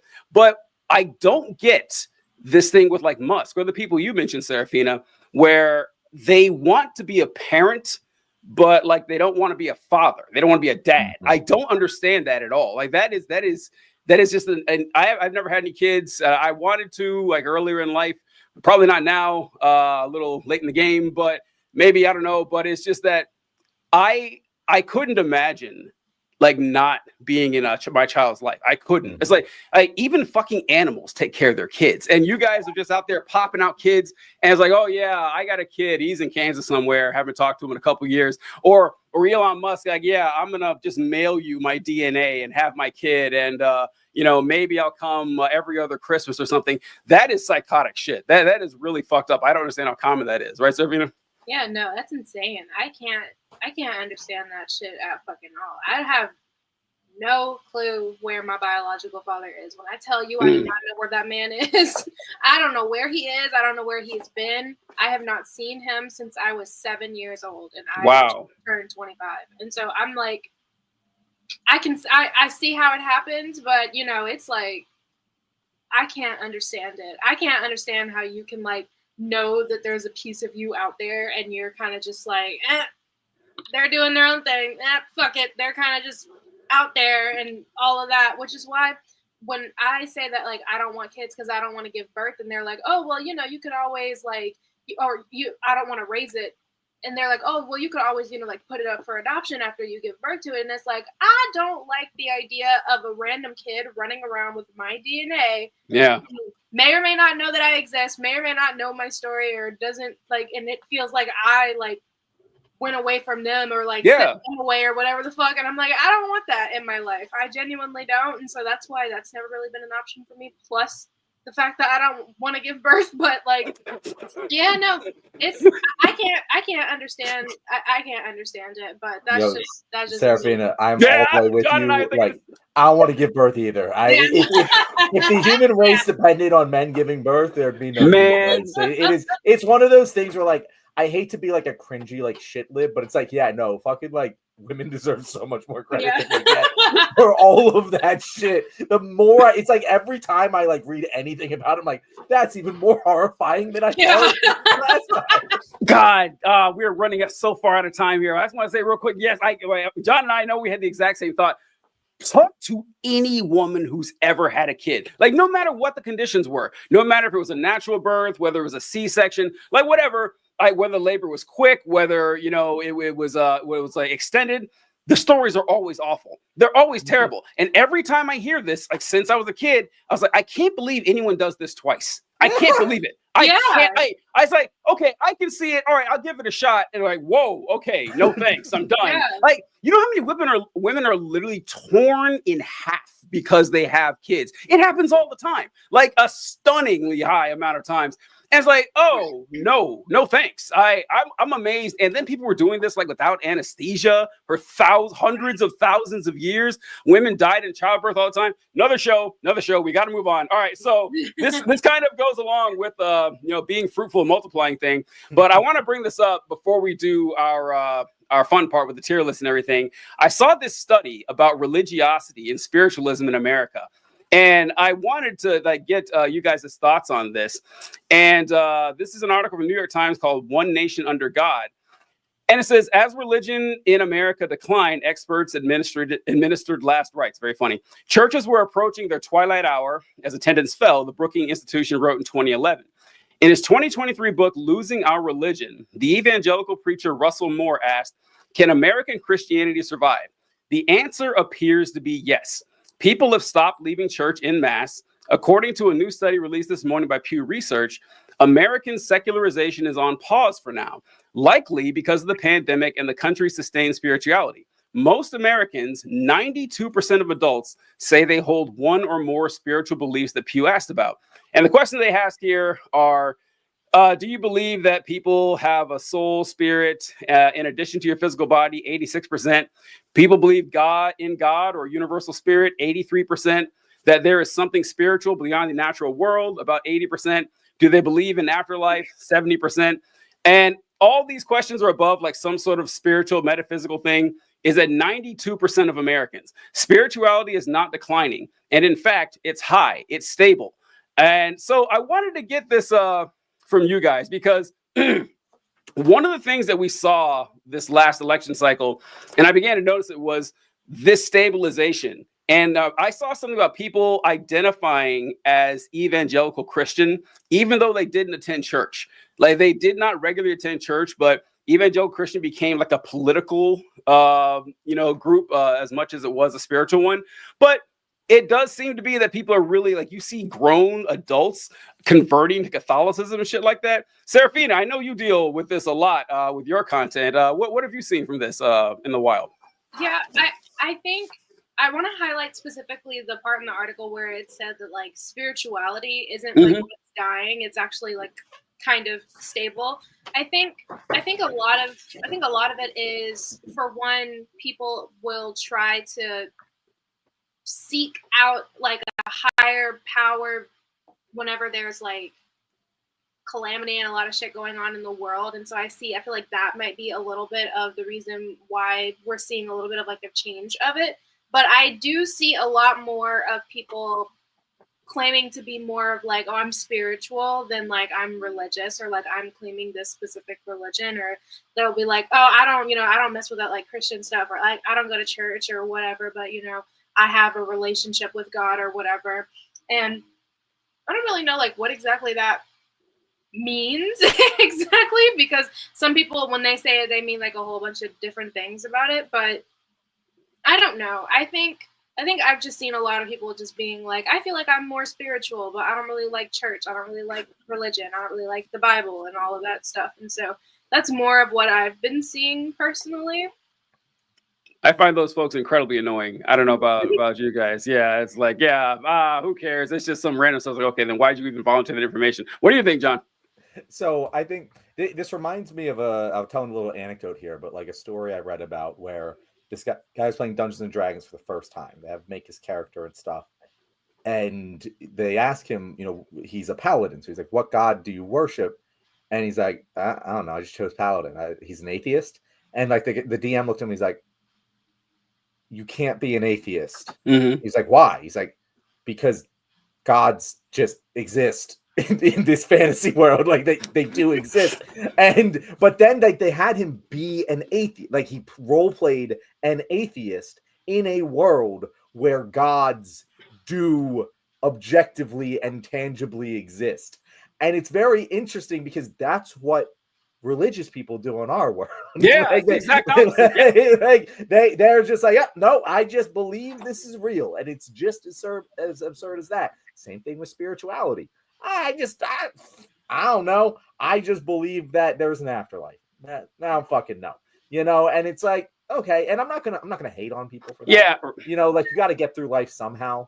Like I have no like ill will towards them. I think that those people are infinitely better ideologically than like I follow a religion, an organized religion. Like if I can move everyone who follows an organized religion to milk toast spirituality, that's an amazing win for the human race, in my opinion. But yeah, it is annoying. The people who get really the people who get into spirituality hardcore, the people who are just like, yeah, whatever. Yeah, if I were to you put a gun to my head, do I believe in an afterlife? Yeah, I do, just in my bones. That's fine. The people who get like into spirituality, who like treat it like a religion, even though it isn't a religion, I'm just like, bro, why? You're taking all of the worst aspects and applying them needlessly to your belief system. Why are you doing that? That's just annoying. So that article, it's much ado about nothing. Like I don't think that it really matters if people want to say they believe in something spiritual, because at the end of the day, I don't fucking know. I don't know any more than them that an afterlife doesn't exist. If they want to believe it exists, then that if they have equal proof of it that I know it doesn't exist, right? So like I'm not going to be upset about that. But the fact that the actual organized religion has stopped declining does come as a surprise to me, because I was pretty confident that like my generation would kill organized religion.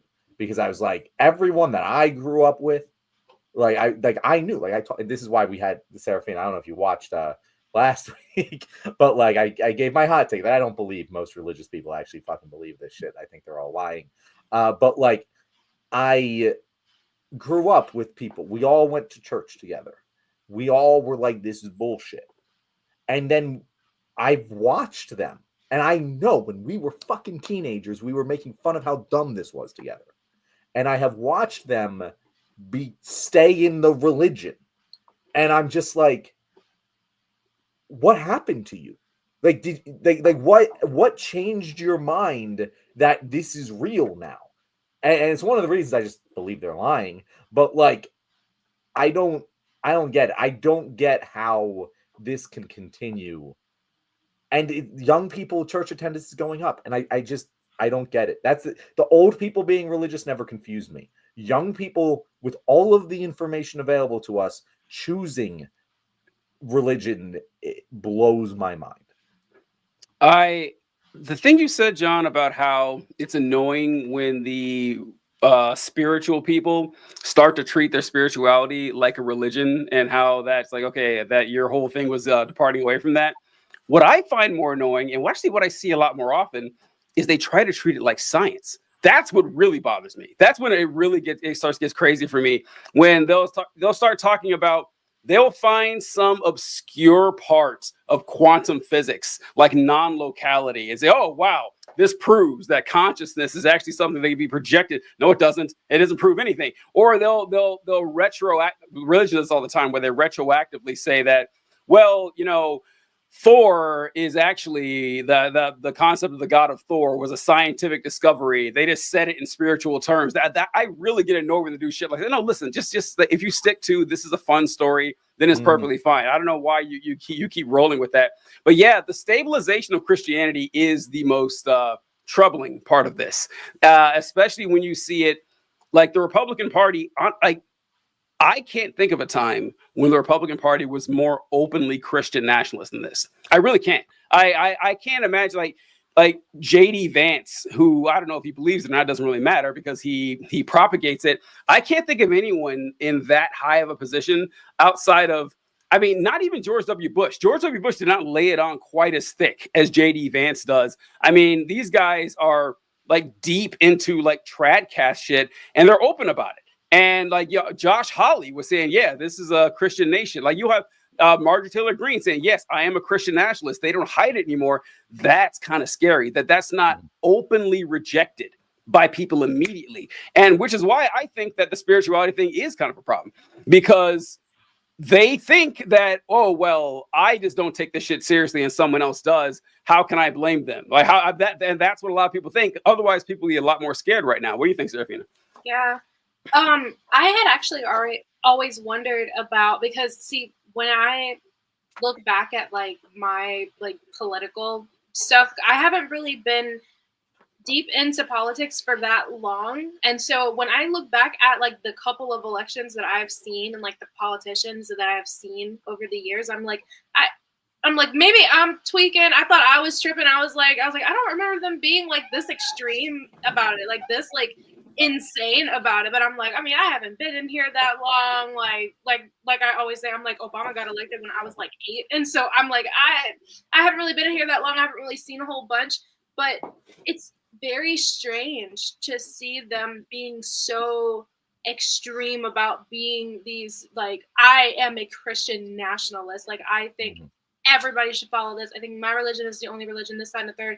It's terrifying to see that happening. And I do think that it's becoming more common now. And it's really strange to see, because you would think that we'd be going in a positive direction. And like I said, I thought maybe, I was like, okay, maybe they've just always been this extreme and I've just never really noticed it before. But no, genuinely, I do think that it's very alarming that they're kind of just like, yeah, this is what it is, and this is how it is, and this is the way it is. And it's like, these people are having kids. That's what's scaring me. I'm like, these people are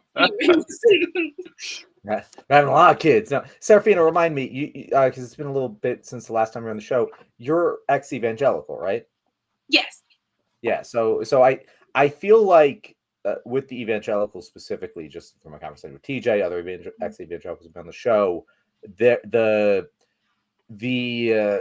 non-participatory community in evangelical life is not very high. Whereas like in at least in my Catholic upbringing, it's like you have your true believers, and then you have a lot of people who are going to church but don't really believe. It's just, part of who they are in their culture.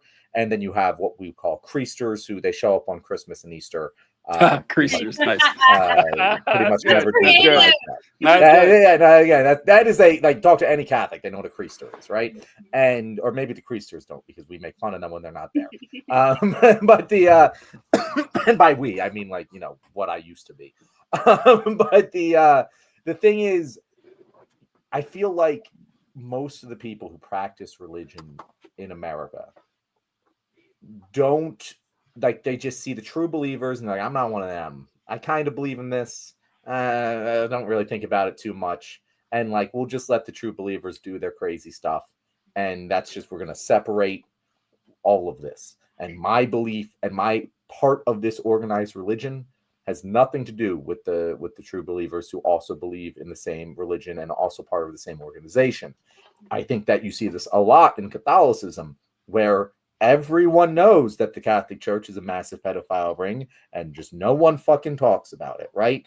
And it's this cognitive dissonance that I think what causes a lot of people just miss it, where it's like, yeah, these people are crazy.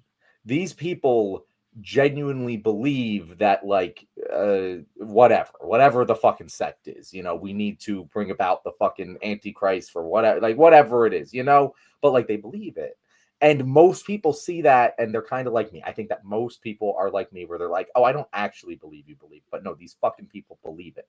And when they hear, there've always been like kind of crazy religious right-wing politicians, you kind of just filter them out. You just kind of, it's just an existing part of life. There's going to be old religious white dudes in Congress who are saying some crazy shit that we just ignore. But the problem is that they're taking more and more control. And the thing is that Trump is not one of them. Trump is an atheist. No. Trump is maybe the most openly atheist president we've ever had. But like, so that gives me a little bit of hope. But like, JD Vance understands I'm going to convert to Catholicism and use this shit to leverage, my political agenda. And so, yeah, I think that the fact that so many people for so long have just treated religion as whatever, it's okay, it's harmless, you believe what you want to believe and I don't, that's a problem, because it leads to bad places. We talk about it all the time on this show, is that religion teaches a hierarchical worldview. It teaches hierarchical morality. It teaches that you get you think that raping people is bad because God said it was bad, not because you're very much harming another person. Right. And when you view morality that way, you can, bad logic yourself into a lot of harmful policies that you support.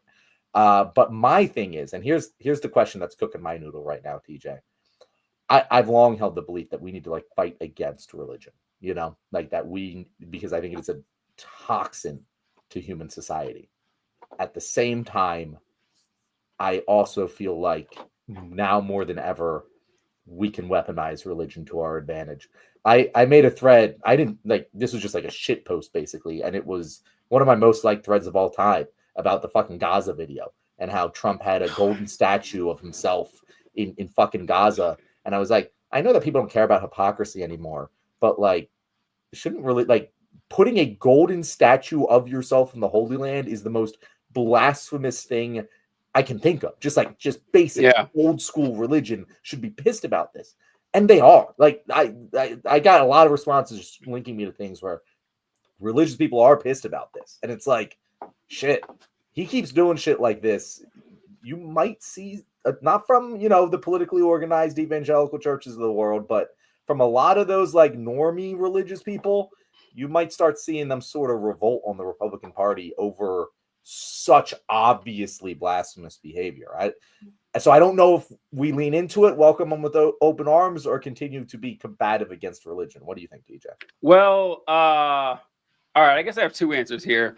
My first one is I am not convinced at all that a significant number of Christians are going to turn on Trump now. I mean, because of that video, I just like, he could do this 10 more times. I mean, if he hasn't lost them in the last 10 years, he's not losing them. I mean, if they're still even tepidly on his side after everything, yeah, it's blasphemous, but they don't esteem him as a holy man anyway. They might be annoyed by it, but as long as he's like a conservative and anti-abortion and white supremacy, I think they're going to love the majority, at least, maybe a few here and there.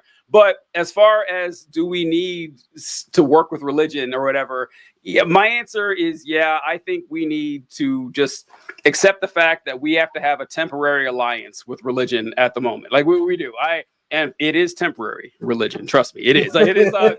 Your day's coming. These hands eventually. Eventually, yeah. But right now, like, listen, like people like what was his name? Tim. I forgot his last name from the New Evangelicals. Cameron's last name, but Tim.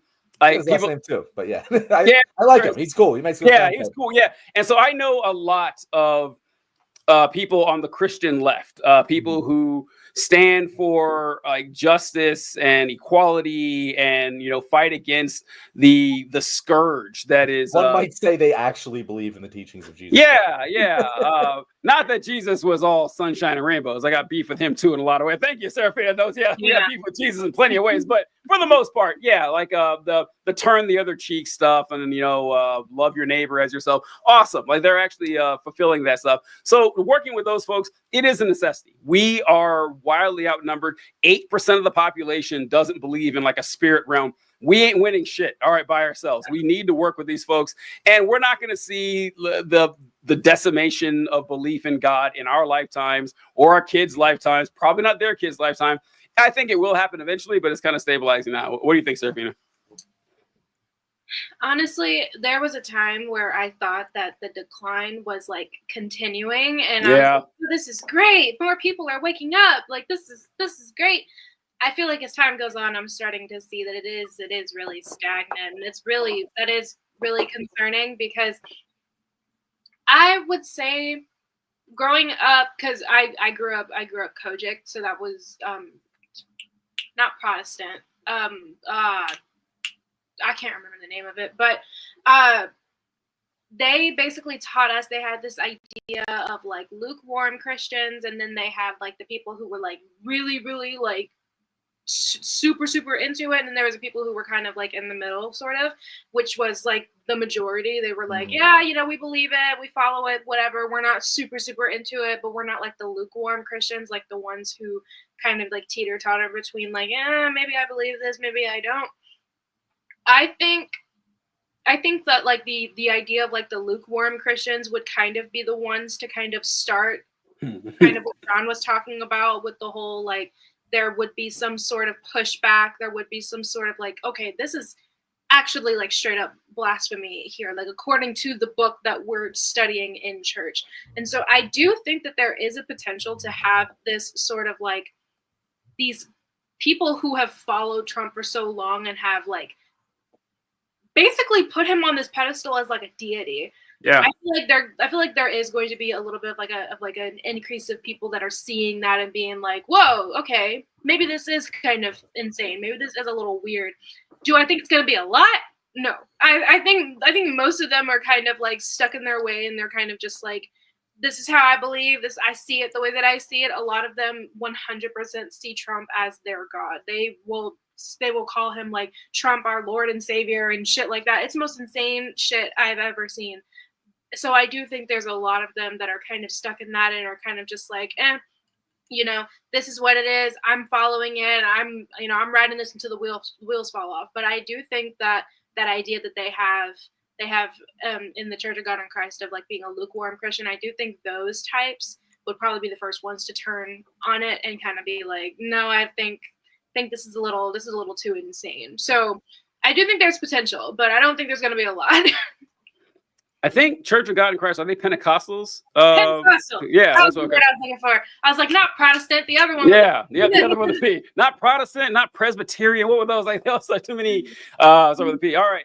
So, okay, let's hop into our last segment here. It's also about religion. We like to have a little fun here on the left wing. Seraphina, this is a new thing that we started a few weeks ago. where we start making these tier lists. And I sent Serafina the list of the names and the categories that we're using here. And Serafina actually did study into this, which we didn't. I should have told you not to do that. This is just winging it and having fun. So, but hey, anything you learned, we'd love to put that out to the public here. So, all right, what we're going to do is we're going to slot the political ideologies or the political proclivities of different leaders of different faiths. And so John, the way I'm gonna do it here is kind of get it last time where we'll start and give our opinion, but one person will get the final say. So we'll start with Serafina getting the final say, and we'll begin with the big honcho himself, Jesus H. Christ. We're gonna start. Serafina, politically, where would you put Jesus, the Son of Man? Where do you think he would lean politically in today's world? I think the easiest place to put him would probably be the liberal side. Mm-hmm. That would probably be the easiest. Yeah, I got to agree with that all the way, because like if he was like enacting shit, he'd be a communist, but he's not going to give a shit. He's just gonna be like, yeah, I generally think you guys are right, but that's the kingdom of man. I don't really care. And I do have some very conservative social beliefs as well. So yeah, I would say that guy's a liberal. Wow, I just realized I fucked it up, Serafina. You should have gone last if you were going to pick it. So I'm gonna take Jesus first since I fucked it up. So which is good too, because I disagree with both of you. I'm gonna put. Oh, you actually put the categories. Interesting how TJ just changed the rules so that he gets it wouldn't make sense. It wouldn't make sense if I went last and then Serafina got. Why would we bother talking if she got the pick then? So I should, but I tell what the categories are. The categories are conservative, liberal, fascist, communist, and libertarian pervert. So a libertarian pervert was not my original title for this. Like, I wanted libertarian pedophile, but John doesn't let me have any fun ever. And he reminded me that, TJ, if you say that word too many times, the video might be demonetized, whatever. So I changed it to pervert. I didn't want it, but you know what? He was right. So I'm not putting Jesus there. Don't worry, Christians. But I think that I will go more with Communist for Jesus, which sounds like a great band or something. Communist for Jesus instead of liberal. Because Jesus is he has the reputation of being the Prince of Peace and being, a pacifist and like a chill hippie bro. No, I read what Jesus did. Jesus had no problem beating the shit out of the money changers in a temple. That sounds pretty commie to me. Jesus had no problem saying that, hey, if you have sinned, that's something I'm worried about. I need to look into your life and berate you for what you've done. And by the way, I'm going to have my dad kick the shit out of you if you don't apologize to me, of all people. Jesus was a man of action. Jesus didn't sit around and let other people, boring ass politicians deliberate and solve problems for equality. Jesus would have got out there and done the work himself. So I am putting Jesus straight in the commie bracket. All right. So I'm generally all right with that, because I think his ideology is pretty communist, but I just and the ideology is fully communist. True. Yeah. It's like Jesus never said one nice word about rich people his entire ministry. There's nothing Jesus loved more than shitting on rich people. He said that a rich man will not enter the kingdom of heaven. He didn't say it was hard. He said that they will not. Anyway, if that's not communist, I don't know what is. Like, Jesus is definitely going to the commie bracket for me. All right, so we'll start. So Serafina, you'll get this one. We'll start with John. So John, the next one on the list, you can see the silhouette. It's actually Muhammad. Now, if you guys know, it's actually illegal in Islam to draw the Prophet Muhammad. Like, people have died over this of drawing Muhammad's image. So I was respectful to the religion and just did a silhouette there. So John, where would you put Muhammad? So I don't know a ton about Muhammad, but what I do know about the history of Islam is that it is a little bit more action oriented than Christianity. It's a little bit more. There's very clear historic wars in the history of Islam, which I don't remember which side Muhammad was on. But my point is, if he's generally probably more in line with the communists and the fascists than the liberals and the conservatives. Which one? I honestly don't know, because I don't know much more about Islam than that. But I do know that he was a little bit more militant. So he's probably going to be in one of those. I can't speak much more than that. All right. Yeah, fair enough. So for me, I am torn between two of them, which is going to be fascist and libertarian pervert. Now, Gonna be Muhammad. respectful and not draw Muhammad, but he might But be call a him a libertarian pervert. Well, listen, Muhammad did himself no favors when he married a 9-year-old. I mean, that's on him. If he doesn't want me to call him a pervert, that's his problem. So I'm sorry. When he was betrothed to a 9-year-old. Okay, so yeah, so not much better in my book. So although I have to go with fascist because you're right, John. Like Muhammad was all about the conquering. Like Muhammad was he started this tiny cult in Medina in what 8700 or something like that. And within a few generations had taken over like the entire Middle East. Like it's odd to think that there were no Muslims in the Middle East 2,000 years ago. The religion didn't exist, and now it's the predominant faith the entire time. So he's much closer to the fascist side than he would be to the communist side. He's certainly not all about sharing wealth and everything like that. But the conquering, I would go fascist. So, and also to be clear, TJ, I want to just state there's plenty of like war and violence in Christianity as well. It just isn't as part of the religion. It's not as closely. Jesus didn't do it. You know what I mean? Okay. Like there's no depictions in the Bible of Jesus going to war. Whereas I don't know if it's in the Quran, but like I know that Muhammad went to war. Muhammad really fighting was just their thing. That's how they spread the religion. And we know Christianity spread through war too. Like that's the reason. 100%. It did. But you're right. Like the foundational figure of Jesus Christ did not fight in any wars. All right, Serafina, where would you put old Mo? Yeah, I was leaning towards communist at first, but as I kind of heard y'all talk, I kind of have to go towards fascist. If he's a communist, he's a big tanky. Yeah, I was basically in the mind frame of being like, okay, I feel like he truly just wants this full on like everything, like the government owns everything and everything is there because I couldn't figure out when I was looking him up because like John, I really don't know a whole lot about Muhammad. And so when I was looking it up, I kind of was like, okay, what was his whole thing? But I kind of have to lean a little bit more to fascist. That's where I would put him. All right. We'll go ahead and put in fascist here. Muhammad was a big fan of sharing wives, like having a bunch of wives. So maybe that could be like a communist thing for him there. But all right. So who's up next here? Me. So, all right. The Buddha. All right. Where would I put the Buddha? I can't remember his name, Siddhartha, something like that. Buddha was about as chill of a bro as you can get. Like, he was like, communist doesn't seem right because I can't imagine him saying the workers need to seize the means of production. I can't imagine those words coming out of Buddha's mouth. I think liberal is the one that I would go with more because, I mean, he was just seemed like a chill. He was in a lot of ways, he was what people think Jesus was in a lot of ways. That's kind of how I put it there. But that's my guess. Serafina, what would you say? 100% going with liberal as well. That was what I had. I was like, I feel like he I've shared the sentiment that Buddha was basically like what people thought Jesus was. Oh. And I've shared that before, being like, yeah, because his whole thing, he was teaching about equal rights, protection against tyranny, and like self-expression and shit. And so like I definitely would probably put him in like the liberal side. If there was something that was a lot more chill than a liberal, like something that was completely like, you know what, man, let's just chill and do whatever. That's what I would put the Buddha as.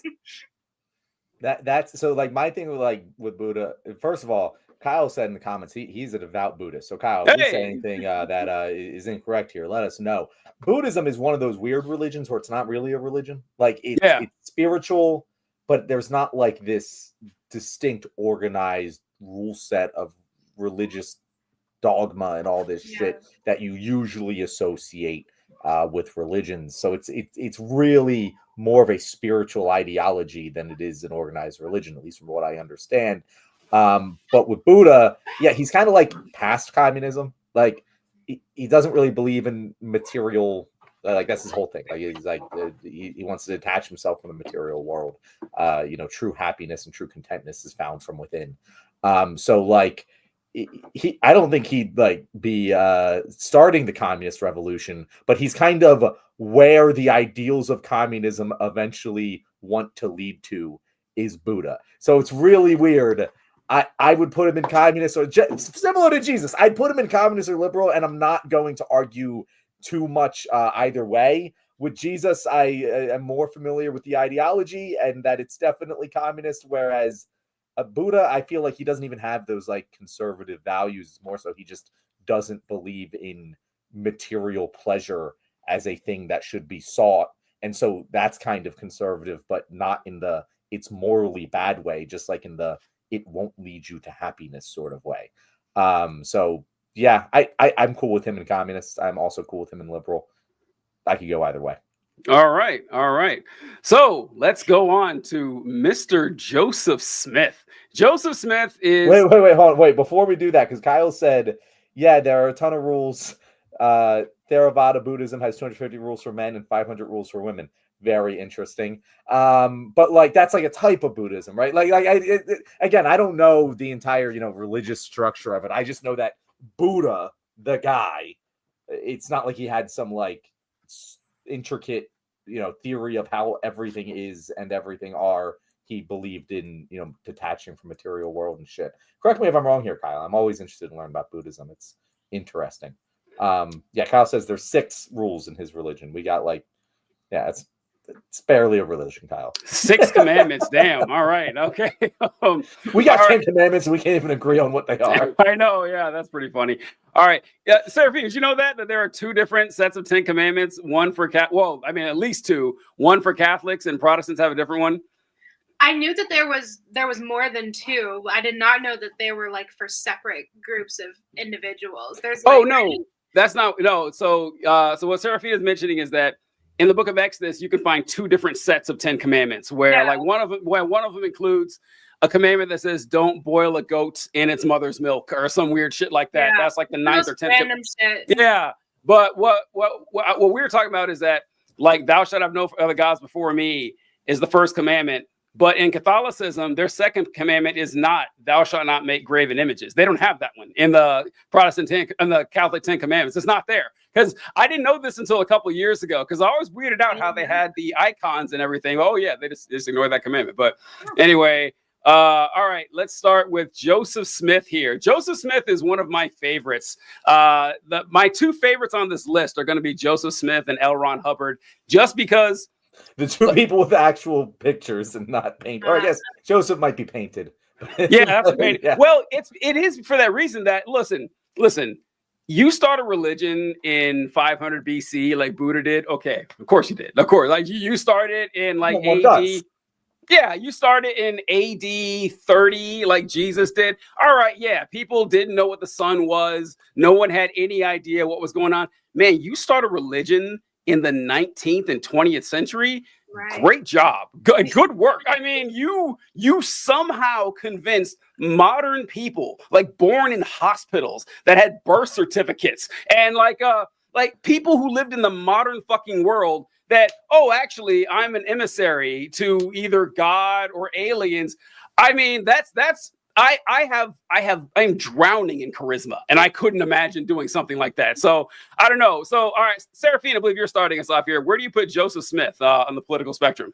So my first instinct would be to put him as a communist, but as I started to think about it a little bit more, I think I would probably put him more in the fascist side of things, just because from what I saw of him, because I'm gonna be honest, I had to look up most of the people on this list because I didn't really know a whole lot about what they stood for, and I saw that Joseph Smith basically advocated for granting power to the president to kind of suppress mobs without waiting for requests from the state governors or whatever. And so I figured that would kind of make him lean more towards fascist than communist.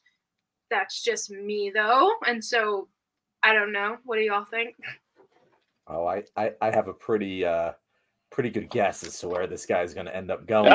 Jack, don't try to predict, John. Just give us your answer and we can move on. Let's not. So, the very little I know about Mormonism is that they are very particular about the sex shit. And don't get me wrong. us Catholics have a lot of bad shit about the sex shit. But I'm also always like, yeah, all of that bad sex shit is, basically just to cover up for pedophiles, and actively creates them when it isn't to cover up for them. So, like, just knowing the little bit I do about Mormonism and how, even compared to my Catholic upbringing, they're really weird about the sex shit. I would be surprised if I see this guy going anywhere other than, libertarian pervert. But I don't know the libertarian. Like, I don't know too much about John Smith's libertarian bona fides. So I don't know, TJ. I think that you have a little bit more knowledge about him than I do.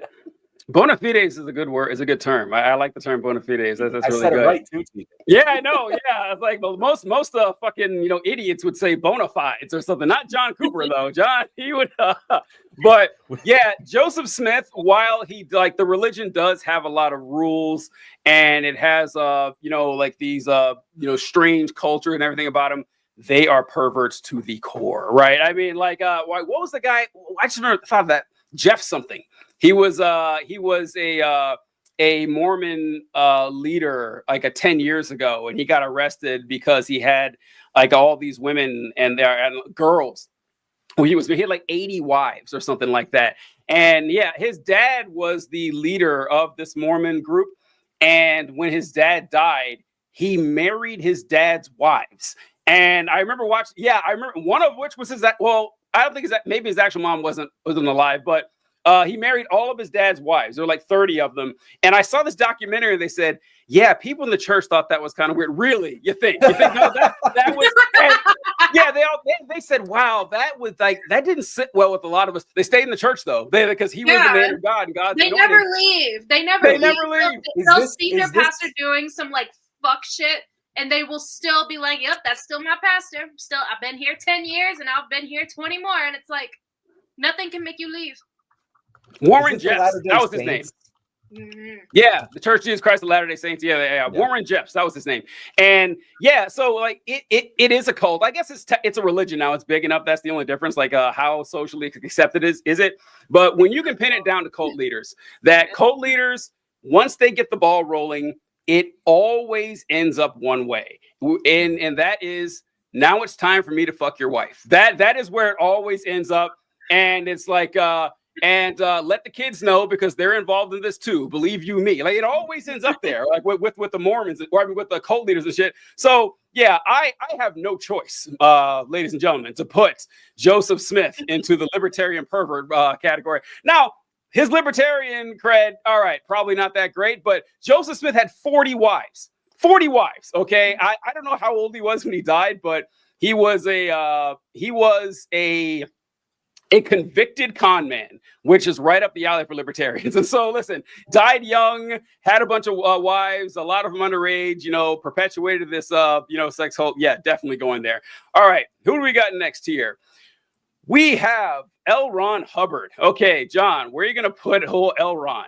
For the longest time, I thought his name was L. Ron. Like, really? That was L. Ron? Like, yeah, Elon, like L. Yeah, Ron. exactly. Yeah, but yeah. I guess that makes sense. But yeah, no, he's a fascist. That guy's a fascist through and through. Literally, the Church of Scientology is one of the most hierarchically designed. Like you get like a power rating. Like you get like a Dragon Ball character or something. Exactly. like it is the most. There's some superior species that exists that is telling us all what to do, and we have to make sure that you listen to me, who's going to give you a power rating on how much this other species is going to try and kill you when they get back. I don't know the exact tenets of I've watched a couple documentaries, but yeah, of all of the religions, it might be the most clearly fascist. Yes, I agree 100% fascist. You kind of go with that. First off, L. Ron Hubbard was in the military, so he's like right down. I think he was in the Navy for a few years. He was actually, L. Ron Hubbard is probably my favorite one. Like he slightly beats out Joseph Smith because Joseph Smith was a con man, right?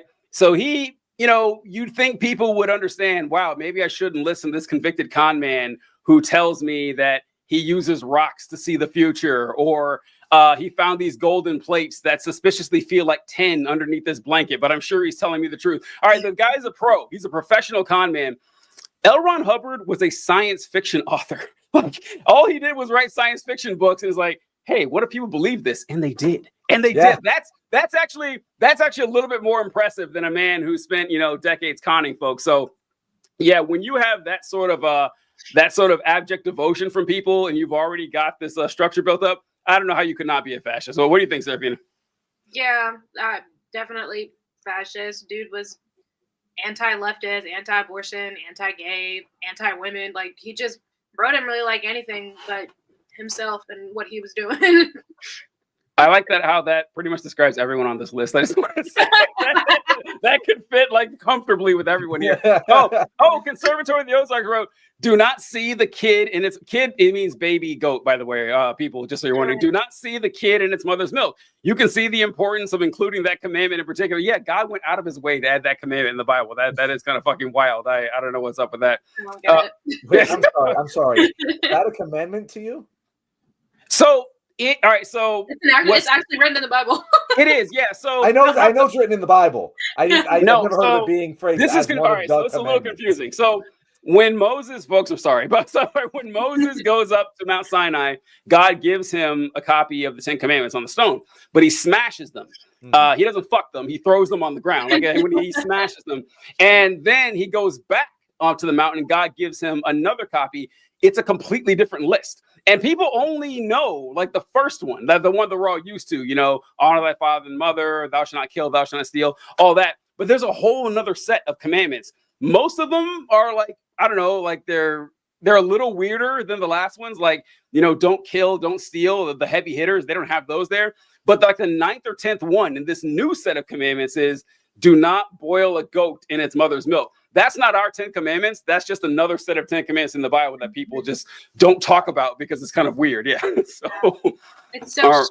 I'm like, what was even the point to that being in there? Like, what? I'm not sure.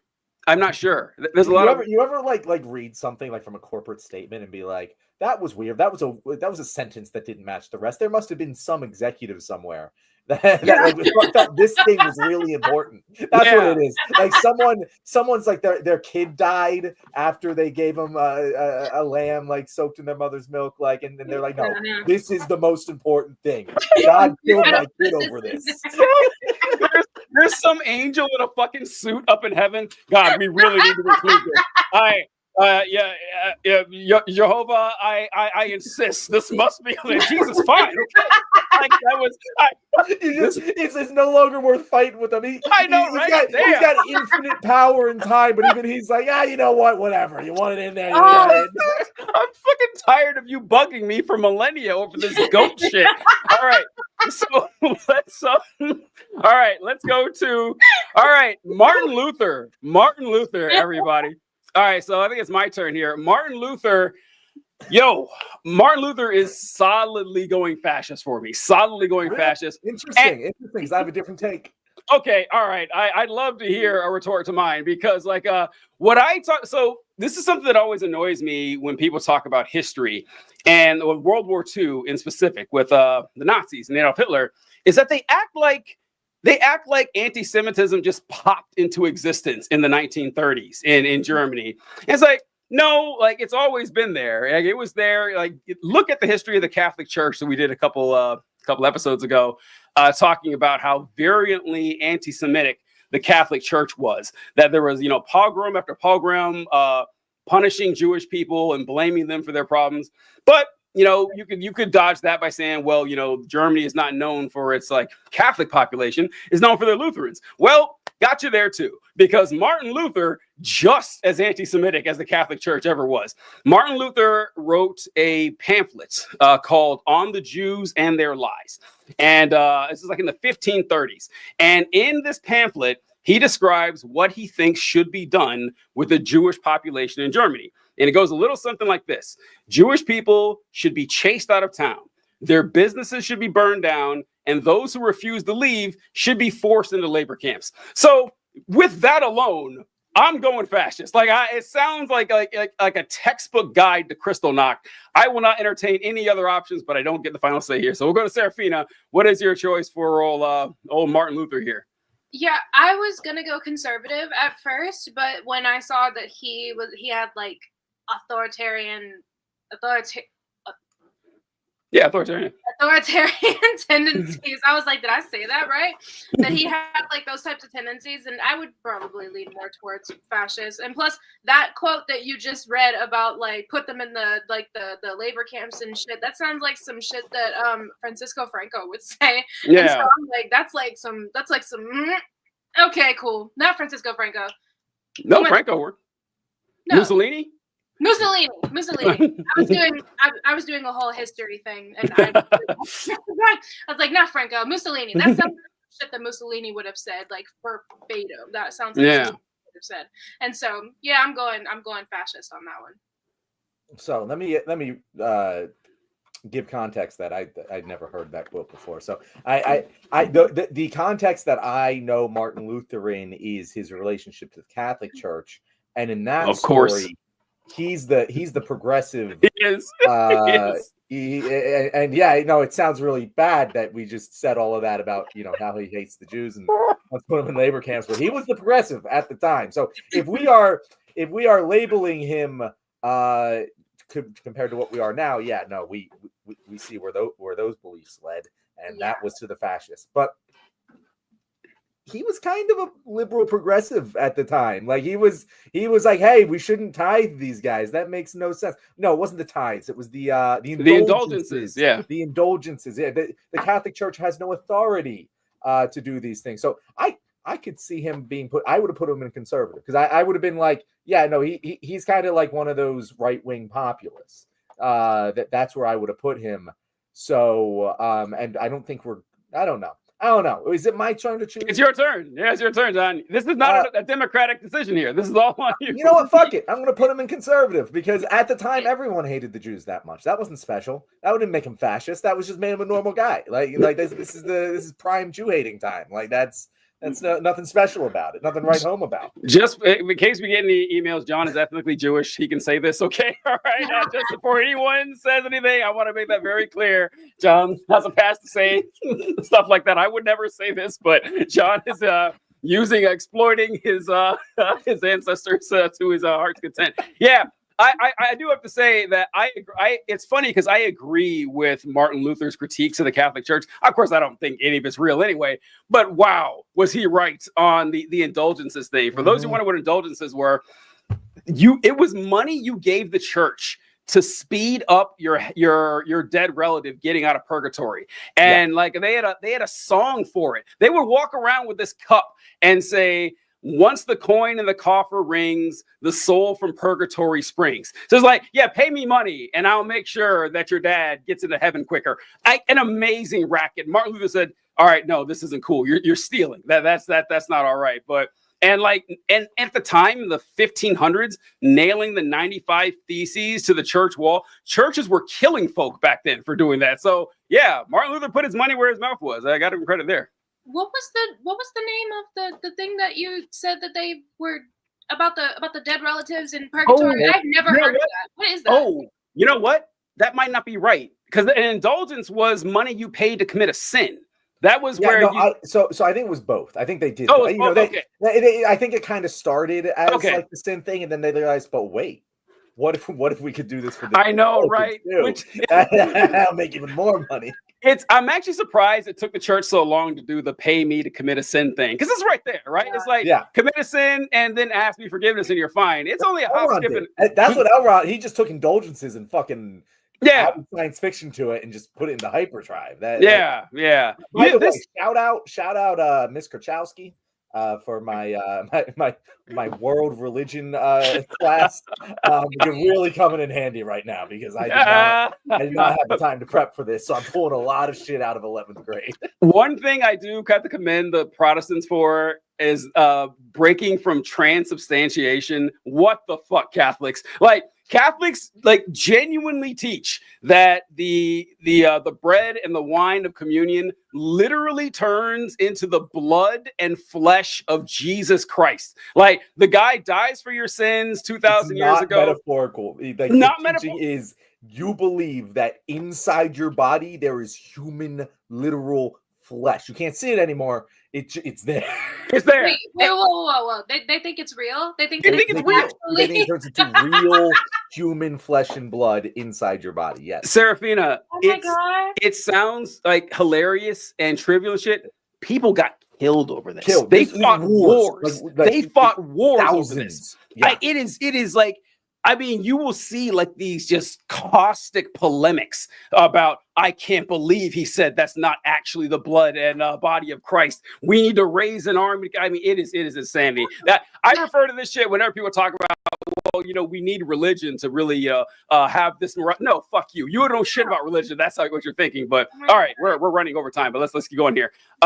Who's up? I think John is up first. All right, Henry VIII. Okay, I put Henry VIII here as I thought it was funny to put Henry VIII here because it's hilarious to me that Henry the fucking VIII started a religion. So Anglicanism, for those you wondering which one it is. So John, what do you think?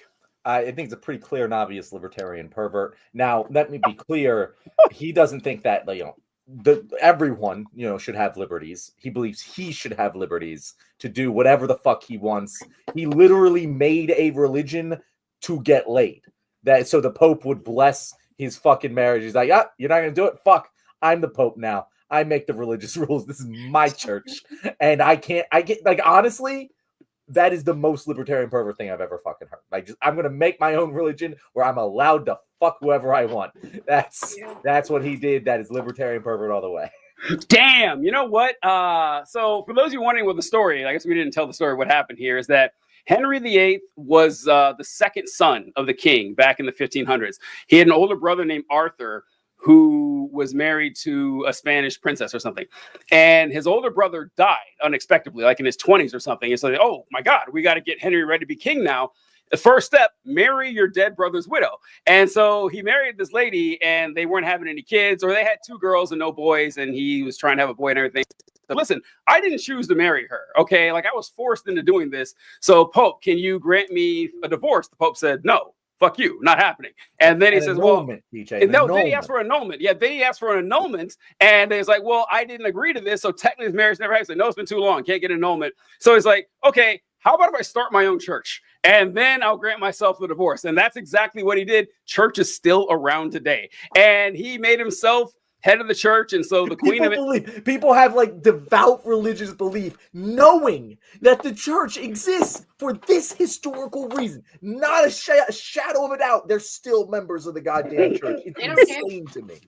We still have the court records of exactly how the religion started, right? Yeah. They didn't pretend there was a religious reason for this. He didn't create some theological explanation for why this is the new church. He was pretty straight up about it. Like, and the funny thing is, like, we just talked about Martin Luther.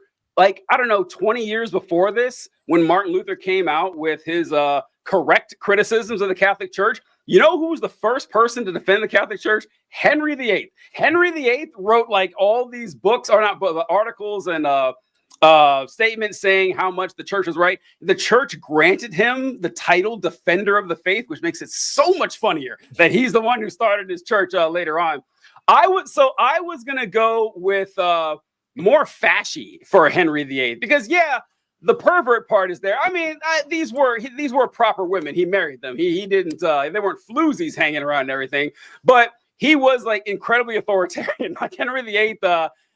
You're right. He wanted the freedom for himself, but not necessarily for everybody else. So, but that's how libertarians really are. That is how libertarians rock. But I'm still rolling with fascists. Serafina, you get the final say here. What do you think? Yeah, my answer is definitely fascist. He was one of the only ones on this list that I was like, I know you, I know your work, and I know you ain't shit. I know your work. And so, I was familiar with your game. I'm not apologizing. I'm familiar with your bullshit, and so I am aware that I would go full on fascist. I think he just wanted to do whatever the fuck he wanted with whoever the fuck he wanted. He didn't want anyone. That's libertarian perversion. I mean, yes, do whatever the fuck I want with whoever the fuck I want. It totally is, but at the same time, he also wanted everyone else to follow whatever the fuck he wanted. That's fair. That's the difference. That's where I don't know as much about him. Yeah, that's the only reason why I was like, yeah, I'm gonna go with fascist on that, because he wanted full on. So I did kind of put you guys in a rock and a hard place situation here, because there is very little daylight between fascists and libertarians in my experience.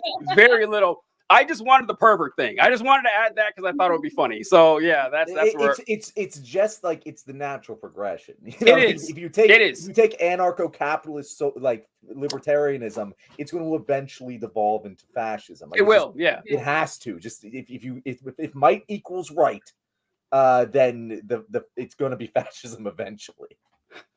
Okay. All right. So down to our last two here.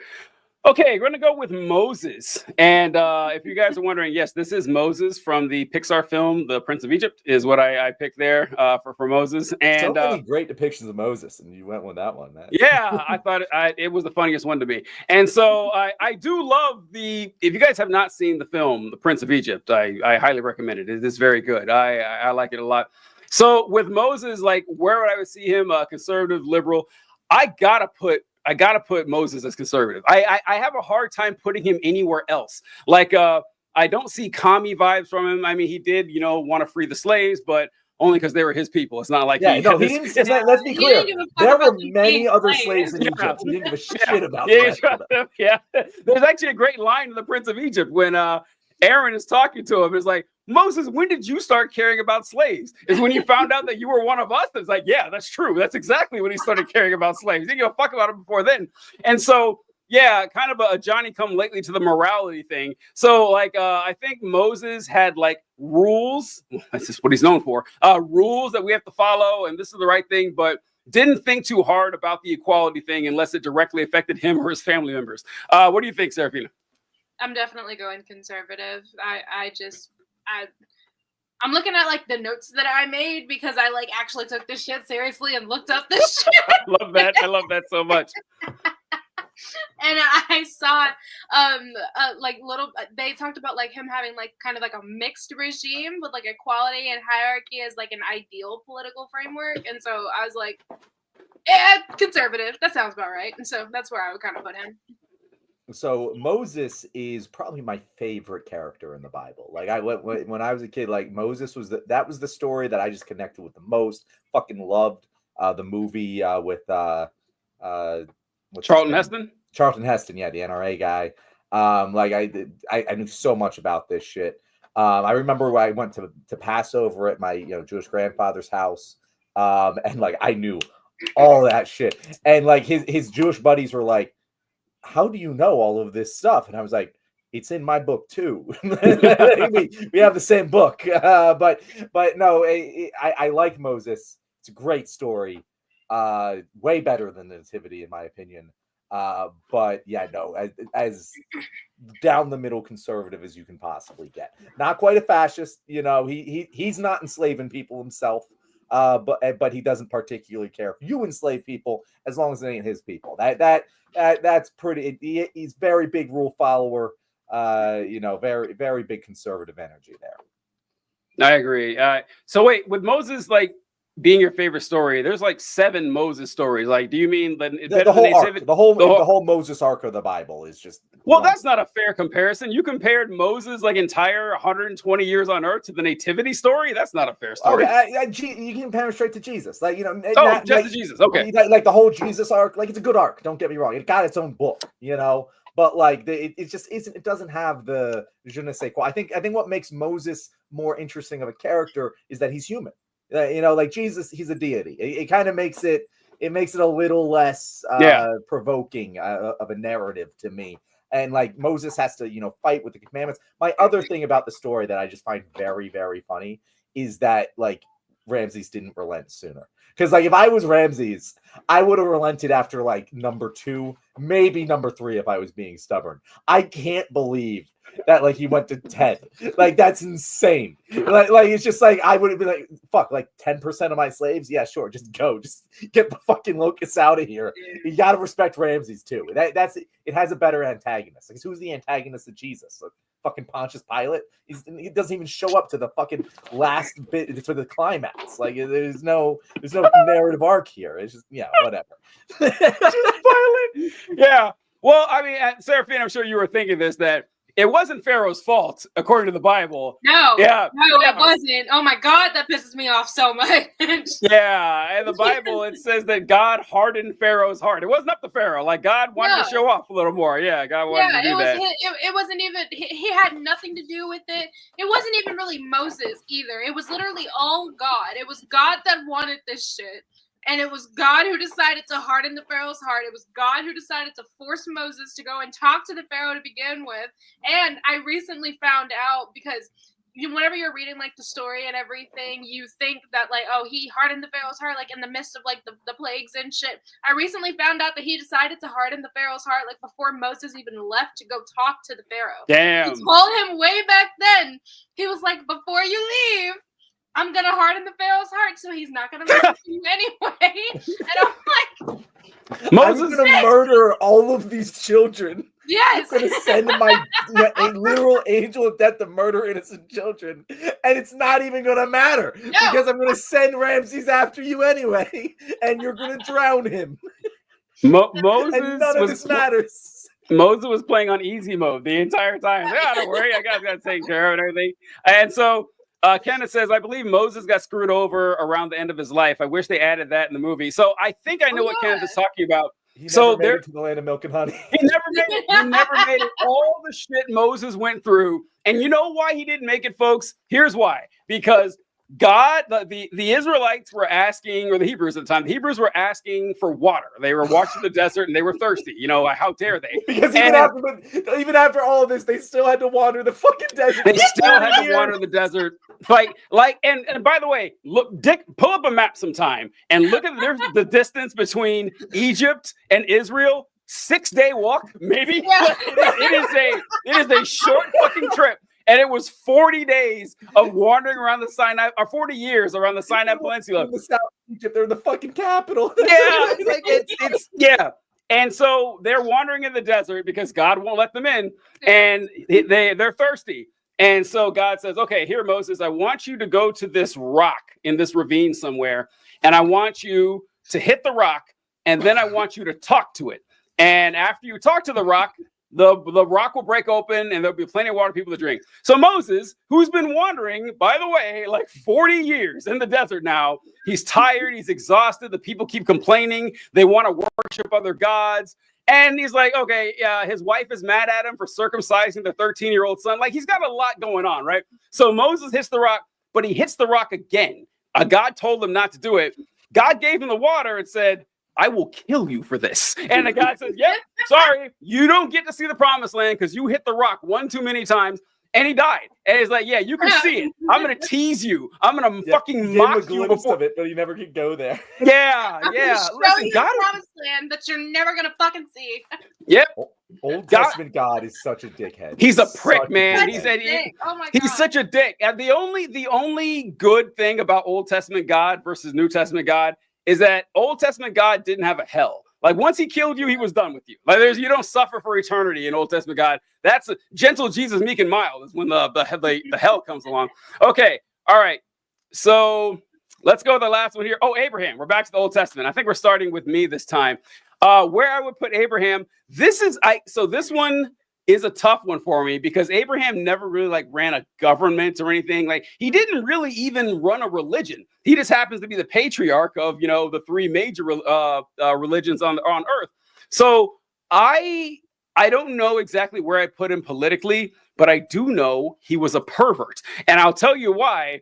Abraham, folks, was married to his sister. Yep, the founder of the three major monotheistic religions. is married to his sister, and there's a hilarious again this isn't some like hidden storyline. This is very clearly depicted this in is the book. known in the book. And there is a hilarious story in the book of Genesis when Abraham and his wife Sarah, at the time Abram and Sarai, they changed names a lot back then, but they go they're traveling through like Egypt. 300 years, so They're traveling through Egypt, and Abraham was married to Sarai, and she was apparently so banging hot that he's like, wow, people are going to try to take her away from me, because that's something that happened, I guess, every other week or something. He's like, the Pharaoh is going to see her, and he's going to want her for himself. And if he knows I'm married to her, he's going to kill me so he can get my wife. So check this out. When you meet Pharaoh, tell him you're my sister, not my wife. And the weird thing is, like, they make a big deal about it, but it was true. She was his sister. Like, that's not even a lie. And so then, of course, Pharaoh says, oh, you have a hot sister. Well, I'm going to take her into my harem and be one of my wives. And then God punishes Pharaoh.